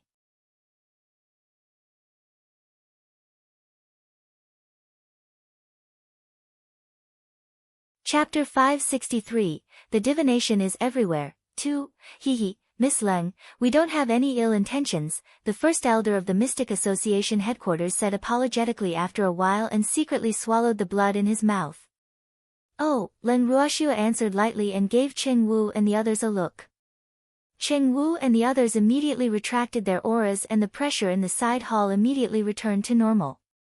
May I know why Miss Leng and the others came to the headquarters? The first elder pretended to be confused and asked. He couldn't help being surprised as he looked at Leng Ruoxue. Alas! He heard that Vice President Wu had been sending people to capture Leng Ruoxue, but he didn't expect her to come knocking on his door. Didn't the mystic tell you just now? I'm here to challenge the hall, Leng Ruoxue said bluntly. I don't understand what Miss Leng means. The first elder said with a smile. What I mean is that I want the Mystic Association to change the person in charge, Leng Ruoxue said very bluntly. Old fox, do you still want to pretend to be ignorant now? Miss Leng, our president has been in seclusion for many years. The vice president is in charge of the headquarters now, so we have to obtain the vice president's permission to change people, first elder said awkwardly. First elder, don't think I don't know that you want to replace Wu Gong now. Leng Ruoxue exposed the first elder's lie rudely. Did this old man really think she didn't know what they were thinking? She didn't believe that this old man would support Wu Gong after being locked up by Wu Gong for so long. Miss Leng, this is an internal matter of our Mystic Association. You might be a mystic, but you are not qualified to participate in the affairs of the association headquarters yet. The first elder could only put on the dignity of the first elder seeing that he couldn't dodge anymore. First elder, you're mistaken. I don't want to get involved in the affairs of your headquarters. I just want you to recommend someone, Leng Ruoxue said calmly. Who do you want to recommend, Miss Leng? The first elder asked very politely. Lan Ming, he's the president of the Windless Cities Mystic Association and the disciple of your president. It's only right and proper for him to be the person in charge of your headquarters. Leng Ruoxue said with certainty. Lan Ming. How is he qualified? He's just a mystic monarch. An elder immediately objected after hearing Leng Ruoxue's words. They had debated for so long before deciding on the final candidate. Now, it actually benefited Lan Ming. If he's not qualified, then who is? Leng Ruoxue asked with a spurious smile. Humph. These damn old men were really shameless. Must they force her to use force? There are many people more qualified than Lan Ming in the Mystic Association headquarters. How can a mystic monarch like him manage the headquarters? The other mystics won't be convinced then, the elder said indignantly. Will the other mystics not be convinced, or will you not be? Leng Ruoxue asked coldly, the killing intent in her beautiful eyes so fast that others couldn't capture it. Of course the mystics won't be convinced, the elder said stubbornly, his expression a little unnatural. Let Lan Ming be the acting president. Anyone who isn't convinced, step forward if you have the guts. Leng Ruoxue's beautiful eyes glanced indifferently at the elders in the side hall. The elders looked at each other, but no one was willing to take the lead because they could tell that Leng Ruoxue definitely came with ill intentions. Moreover, they recognized Du Min, so they didn't dare to act rashly at all. Seems like you all don't have guts. Leng Ruoxue couldn't help mocking when she saw that no one dared to say anything after waiting for a while. Her beautiful eyes even glanced at the elder who spoke just now. I mean, there will be mystics objecting. The elder couldn't help quibbling because he was very embarrassed by Leng Ruoxue's gaze. Oh, why don't you call the mystics from the headquarters or Carefree City in? I'll see who's against it, Leng Ruoxue said casually. This isn't too convenient, right? The elder said with cold sweat flowing down his body. What's so inconvenient about that? Hurry up and call for help. I'll wait for them here, Leng Ruoxue said with very firm will. Humph. Don't expect me to leave obediently if these old foxes don't settle the matter for me today. Miss Leng, our Mystic Association is the largest association in the Boundless Heaven continent. Therefore, choosing the acting president can't be too casual, First Elder braced himself and said. Is it very casual to let Lan Ming be the acting president? First Elder, are you unwilling to let Lan Ming be the acting president or are you talking about other mystics? Leng Ruoxue asked impatiently. She was already a little annoyed that these old things were beating around the bush with her. It seemed that some people had to use force, or they would not learn their lesson. The First Elder was speechless. Alas! He couldn't say that they already had a candidate, but it wasn't Lan Ming. First Elder, you would probably have been locked up by Wugong if the Mystic Association hadn't been blown up, right? Shouldn't you be thanking me? Leng Ruoxue said lightly with an intriguing smile on her lips. Damn it, did you blow up the Mystic Association headquarters? Another elder was furious and couldn't help asking loudly after hearing her words.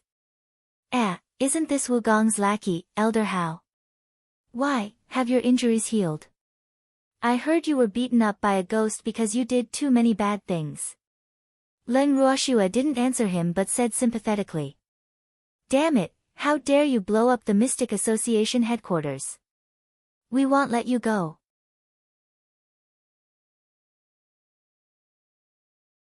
Elder Hao couldn't help shouting angrily when he saw his embarrassing matter being brought up again. Did I say that I blew up the headquarters? You idiot! Leng Ruoxue said speechlessly with faint contempt in her beautiful eyes. You were the one who said it just now, but you don't admit it now. Elder Hao was so angry. Damn Leng Ruoxue, how could she be so shameless? How despicable. Elder Hao, looks like you've really been beaten silly. I only said that the First Elder should thank me. I didn't say that I would be the one to blow up the headquarters. Leng Ruoxue quibbled, you're tuning into the Blissful Bookshelf YouTube channel. We're so grateful for your support and don't forget to subscribe to join us on this incredible journey through captivating stories. Your generosity through donations truly makes a world of difference, as it's the primary source of revenue that allows me to expand and enhance this channel for you. Thank you from the bottom of my heart for being a part of this adventure.